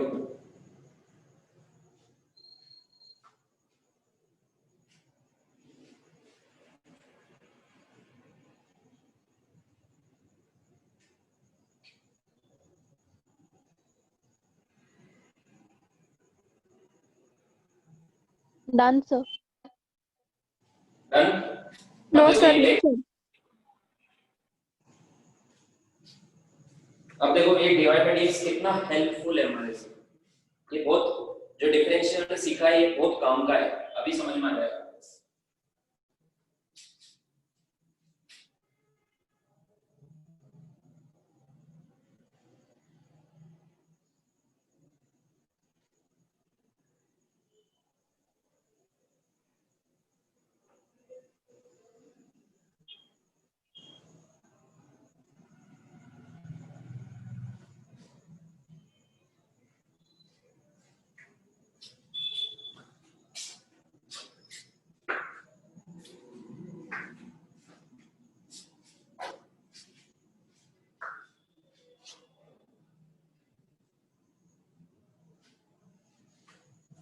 हो गया? डन।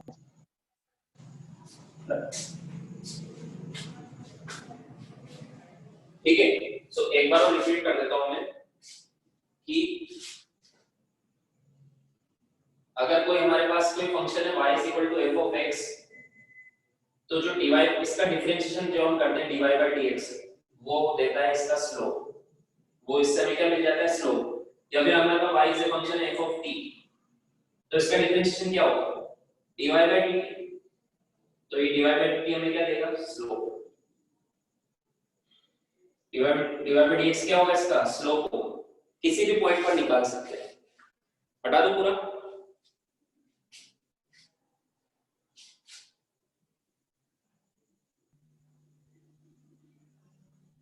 देखो अगर ये y y से फंक्शन ऑफ टाइम होता है t, तो यहाँ क्या लिखता मैं t, तो यहाँ पे क्या लिखता t, यहाँ पे क्या लिखता t प्लस dt, तो ये लाइन कितनी आती dt, तो क्या होगा dy बाई dt। समझ में आया? अब देखो एग्जांपल एक करते हैं। एक इक्वेशन गिवन है आपको y is equal to 2x square plus 3, ठीक है। आपसे पूछा find slope at x equal to 5। आपसे क्या पूछा है, ये एक फंक्शन गिवन है, इसका स्लोप बताओ x इक्वल टू 5 पर। तो एक तरीका तो है आप पूरा इसका ग्राफ बनाओ, इसका ग्राफ बनाने के लिए बहुत नॉलेज होनी चाहिए हमें मैथमेटिक्स की, ठीक है। इसका ग्राफ बनाओ, फिर x इक्वल टू 5 पर टेंजेंट बनाओ, ध्यान से सुनो, फिर स्लोप का बताना है x इक्वल टू 5 पर, फिर x इक्वल टू 5 पर क्या बनाओ टेंजेंट, फिर वो जो टेंजेंट बनेगा उसका एंगल निकालो, फिर उसका tan थीटा, ये होता है स्लोप। अब देखो स्मार्ट मेथड, इसका स्लोप हमें x इक्वल टू 5 पर बताना है विदाउट मेकिंग ग्राफ। हमें पता है कि इसका डिफरेंशिएशन होगा dy by dx, वही होता है स्लोप। हमें क्या पता है, इस सर ने बताया कि स्लोप इज इक्वल टू होता है differentiation of this function, slope is equal to होगा dy by dx, और dy by dx इसका डिफरेंशिएशन करोगे तो क्या है 2x स्क्वायर का कितना आएगा 4x, 3 का कितना आएगा 0 x इक्वल टू 5 पर स्लोप कितना हो जाएगा 4 into 5 20। क्या sir, this is answer. Direct कोई ग्राफ बनाने की जरूरत नहीं है। समझ में आया? Yes sir.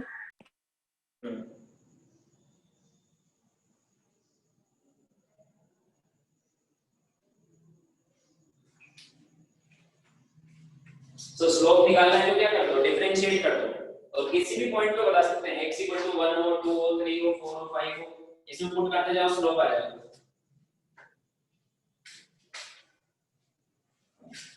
जैसे स्ट्रेट लाइन पढ़ा है कि आपने मैथ्स में पहले कभी स्ट्रेट लाइन की इक्वेशन पढ़ी है? जैसे एक एग्जांपल देता हूं मैं, y is equal to 2x plus 3, ये स्ट्रेट लाइन की इक्वेशन होती है। ये किसकी इक्वेशन होती है? Straight line. अब find slope of this line, find slope of this line. So slope करने के लिए क्या करते हैं, हमें पता है स्लोप इज इक्वल टू होता है dy by dx। सो इसका dy by dx करो, क्या आएगा इसका dy, इसको डिफरेंशिएट करो, 2x का आएगा 2, t का आएगा 0, तो स्लोप आएगा 2, मतलब कांस्टेंट स्लोप है इसका। तो कंफर्म है ना, स्ट्रेट लाइन का स्लोप कांस्टेंट होता है।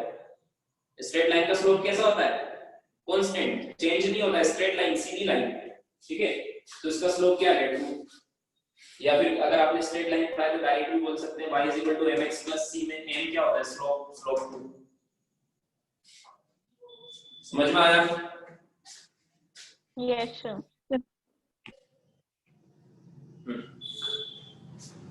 हटा दो पूरा, 5 मिनट का और बचा है, रुक जाओ, इसकी क्लास है, ये टॉपिक पूरा हो जाएगा।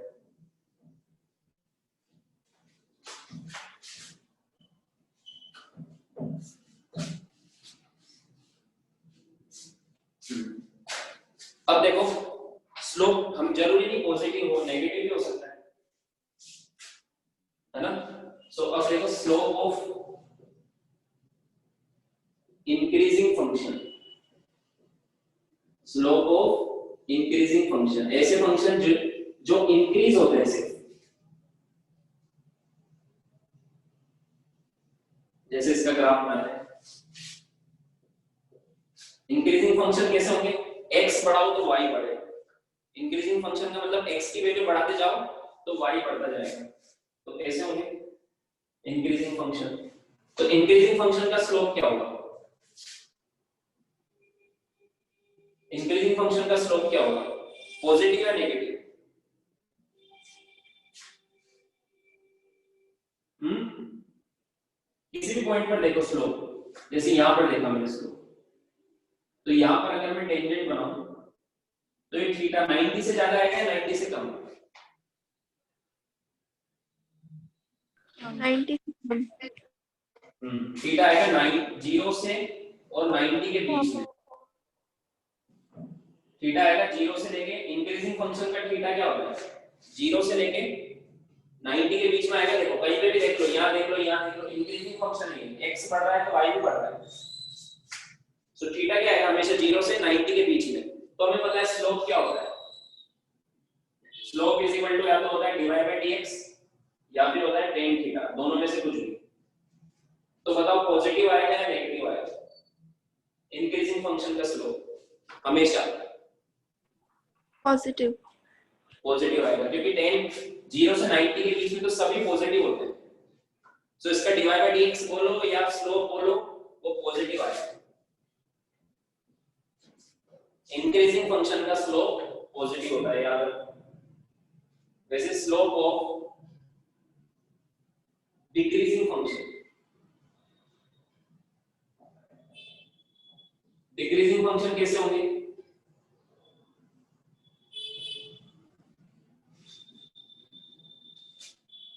ये ऐसे कि x की वैल्यू देखो बढ़ रही है और y की वैल्यू कम हो रही है, वो इंक्रीजिंग फंक्शन या डिक्रीजिंग फंक्शन?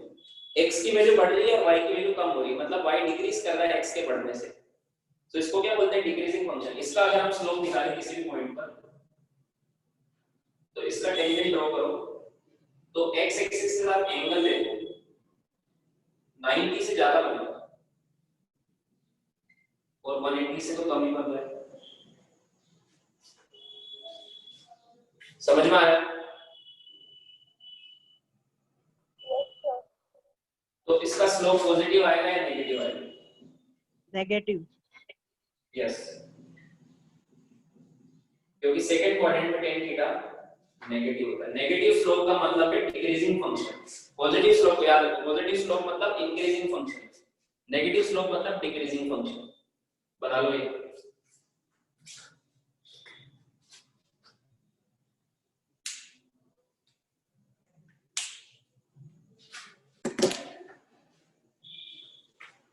ठीक है, तो नेक्स्ट क्लास में तुम्हारे टाइम टेबल के हिसाब से देखूंगा।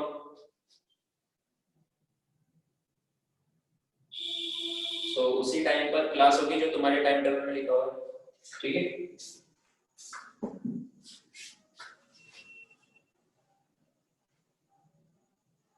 Dance sir.